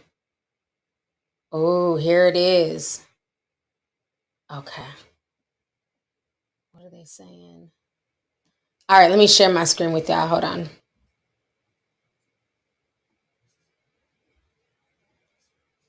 Okay, so this is what the Shade Room is reporting. So they're saying, according to WSB-TV, several Mexican authorities have issued arrest warrants for the death of Shanquella Robinson. A Mexican prosecutor said that the warrant was issued for Robinson's friend, who was identified as the direct aggressor in the events that occurred on the 29th. Daniel de la Rosa Anya, a prosecutor for the state of Baja California Sur, advised the friend is being sought by the international authorities on charges of femicide. This case is fully clarified. We even have a court order There's an arrest warrant issued for the crime of femicide to the detriment of the victim and against the alleged perpetrator. A friend of hers, who is the direct aggressor, he told ABC News, actually wasn't a quarrel, but instead direct aggression. He continued, "We are carrying out all the pertinent procedures, such as the Interpol alert and the request for extradition to the United States of America. It's about 2 Americans, the victim and the culprit. Authorities have not identified the suspect as of yet." Okay. Okay, I'm confused. Why are they saying it's about 2 people, the victim and the culprit? Everybody in that room should be arrested. Now, I'm not saying everybody should get 30, 40 years, outside of the person who killed her, but everybody should be arrested because these were supposed to be her so-called friends who all sat there and watched the aggressor put hands on her, because it was 2 different women that beat her up. The first one that went viral was the dark-skinned girl, the one that they were trying to say was a trans person, whatever. She was the initial person who was beating up Shanquella. But then there was a lighter-skinned girl, and I forget her name. That's the second video. Now, the second video is not on the internet. Her dad said in the second video, you see the light-skinned girl, and I just don't know her name, pick Shanquella up and body slam her on her head. And then Shanquella, she just stops moving. So Winter, that's her name, Winter Donovan. Thank you. Winter. That's the other, if you look up her name, that's the other girl, Winter Donovan. So in my personal opinion, all of them, I'm confused as to just, okay, so Shanquilla's the victim and they only have a warrant for one other person. There needs to be a warrant for everybody who was there. I'm also curious as to if there's going to be some type of prosecution for any of the staff that came. The nurse, the doctor who sat there and really didn't do anything for 3 hours. And then the ones who lied. Because remember, the reason why this went viral is because her mom, when she seen her daughter has all these bruises. Something is not adding up with their story. They do a toxicology report and she has no alcohol in her system. So it's very evident that, they definitely felt a way. They felt something wasn't right. So is there going to be any charges against the people who are lying and saying that this was just a case of her drinking too much? Because to me, all I see is one big cover up. And I feel like the Mexican authorities and the people there in Cabo, the people who are involved in this case, they try to lie and dismiss it as alcohol poisoning because they're worried about tourist revenue. They're worried about tourists. They don't want news like that getting out. So they were willing to cover up a murder. So to me, there should be way more warrants coming out for more people. Because for them to cover this up and say that this was alcohol intoxication, that came from the coroner down there in Mexico. So that was a blatant lie. I think everybody involved in this cover-up needs to be in jail, needs to be arrested. So I'm not satisfied with it just being, one person, and I don't even know if they're looking for Winter or they're looking for the other girl. I'm not even sure. But the fact that all of these people were there, they sat there and recorded her, they didn't offer her any help. To me, it feels like everything was planned. They went down there with the intention of harming this woman. So, yeah, this case is just sad. It's just really sad, And again, it just goes to show you that you just can never really trust some people. You can think that they're your friends, but are they really your friends? And I don't, and I've heard people like arguing back and forth, like, is that victim blaming? People saying, you got to be careful who you run with. You got to, I think y'all need to stop with these words. I hate the whole victim blaming, victim shaming. It's not about blaming the victim. Nobody is blaming Shanquella. what you do is that you learn from the mistakes of other people and people's situations, so that way you're not destined to repeat them. Because I think the reason why this has hit home with so many people, including myself, is that we all have been Shanquilla. Let's keep it real.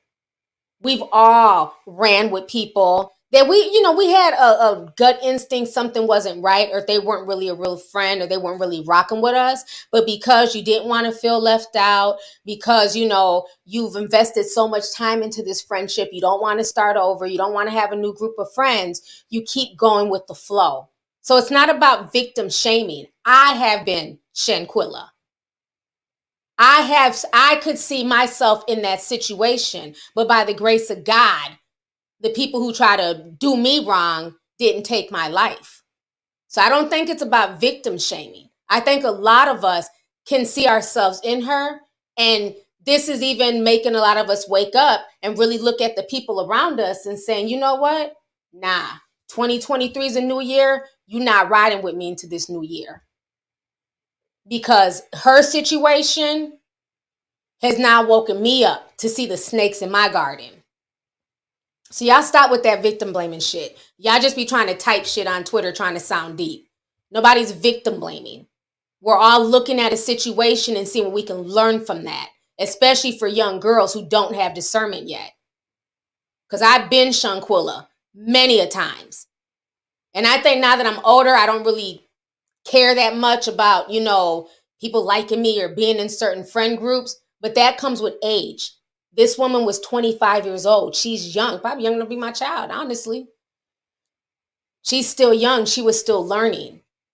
So if her death prevents the next young girl from saying, you know what? Nah, I'll pass. Something don't feel right. Or makes them, instead of dismissing stuff, because that's what we do sometimes as women, we dismiss a lot of things. We want to see the good in everybody. And from everything I've read about Shanquilla and the person she was, she tried to see the good in people. I even heard that she paid for most of these people's trips. She covered a lot of these people's trips just because she wanted everybody to come out and have a good time. I have been that person. So, yeah, I'm definitely staying on top of this case. There needs to be more people held accountable. I don't care. This wasn't a case of a woman getting beat up and she's in the hospital. This woman is dead. This was a murder. And there were many people there. And the fact that they were all there and nobody even had the nerve, the audacity, or the gall to go to the parents and tell them exactly what happened. They all literally did some type of fucking pact and just flew back to America like it was no big deal. I just couldn't even imagine. I feel bad. Y'all have been with me, some of my tea sippers, when we've been out at the club. I won't even leave somebody at the club to their own device if I see that they've drunk too much or they're kind of out of it. I don't even understand how, because that's always been my mentality. When I go out with people, we all go somewhere together, we all leave together. I've never been that type of person that I'm going to just leave somebody, because I've seen things like that happen when I was younger. There was this young girl when we were like 14. Her and all her friends, they were all out drinking and smoking, doing shit that you shouldn't be doing in the 8th grade. And they got into an argument in the car. One of them had their license, so one was like 16. They all got into an argument in the car. And one of the girls, which was my friend's little sister, she jumped out the car. She was mad at her friends, and she walked off into like the woods. They found her dead a few days later. She died of hypothermia. That has always stuck with me from the time I was in 8th grade, from his little sister dying. You do not leave your friend. You can be mad at me, you can cuss me out, you can be upset, but bitch, we will be dropping you off at home, okay? Making sure you get in the house. And if you don't ever want to talk to me again, don't talk to me. But I can never watch a friend like that. Has traumatized me to this day. That's why when people are like, why didn't you just leave old girl? She was drunk. What? I can't leave people because that ended up in a death. This one was like 14, 15 of somebody freezing to death because she walked away from her friend group and her friend said, oh, well, and they squirted off in the car thinking we'll just see her tomorrow. But she was so disoriented, she fell asleep in like the woods and they found her dead. So I say all that to say, I won't even leave people at the bar when they've gotten on my nerves and they're acting unbecoming. So I don't see how people who are friends can fly out of another country knowing that their friend is in a body bag. That does not sit well with me, because my whole thing is if we come together, we leave together. So if we're all leaving and my friend is dead, nobody thought to stay and figure out what's, I just don't get it. Like, these are the worst group of friends I've ever damn seen. They just all flew back without a care in the world. So again, just take this as a lesson. It's definitely not, nobody is shaming anything or blaming anything. Just take this as a lesson, and understand that everybody doesn't always have good intentions for you. And sometimes, the most peaceful people, the sweetest people end up getting the raw end of the deal. It's messed up, but that's just how it is sometimes in life. I mean, even watching that fight video, she was not fighting back. And she didn't know she was being recorded, so it's not like she's fronting for the camera and trying to act innocent. She didn't know these people were recording her because she's getting beat up. So she doesn't have time to focus on this. She's probably thinking, why is nobody helping me? And they're saying to her, why aren't you fighting? She's like, I don't want to fight. And everybody just sat there. Man, if they don't pull out more, let me stop. Because now I'm getting mad. I'm going to need more than one warrant to be issued. Fuck that. I'm thinking about the video. And all these people, they're just recording and adding, their little ad libs and shit. Why are you not fighting? Why is there not a warrant for his ass? He sat there and watched the murder go down. I'm going to need more warrants to be issued. I want them all arrested, including the people who lied and said that she died of alcohol intoxication when it was clearly murder. More people need to be investigated. Yeah, the story, thank you, Rasheem. Like, the more you think about it, just pisses me off more and more. So, maybe let's hope that this first warrant is just the first of many. I'll give them that grace. Maybe it's just the first of many. And, throughout the holiday season, we'll get little Christmas presents, which will be a warrant for each person involved. It's ridiculous. Let me see here. Zane, did I read this? No, I read that one. Never mind, sorry. Mello says, people got to stop reposting and laughing at the fight video when someone dies. We see the brutality in it. Thank you for the super chat. I agree. Helen says, T, last week you mentioned people hating on your light and aura. I'm literally dealing with that now. People are leeches. Love from Japan. Thank you so much.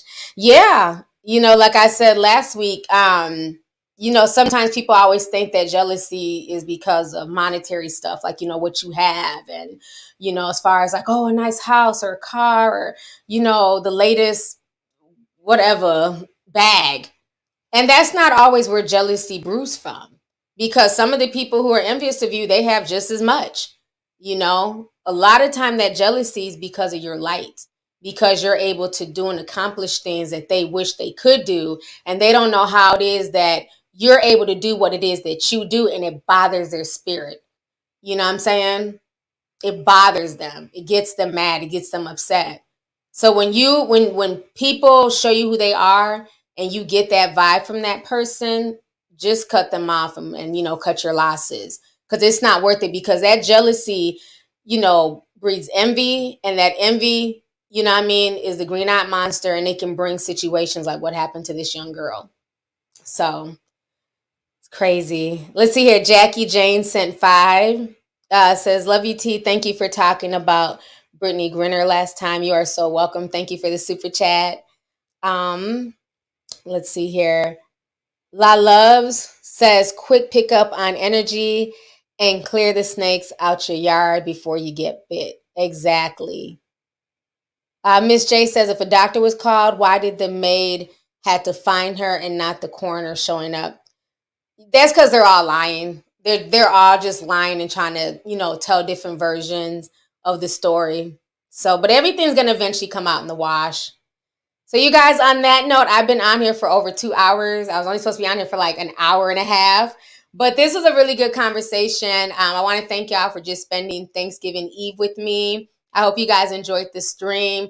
We got to hit on a lot of good topics. So you guys have a good Thanksgiving with your family. Stay safe. Y'all know there's a lot of crazy people out here. They done shot up Walmart and killed, innocent people. It's just a bunch of mess. So like I always tell y'all, pray when y'all leave the house and pray that you come back home safe, because everybody doesn't get that chance. So just be grateful, for what you have. Your life might not be perfect. You might not be where you want to be at right now in life, but be grateful that you are here to see another day. So on that note, you guys have a happy Thanksgiving with y'all's family, and I will talk to y'all later. Bye.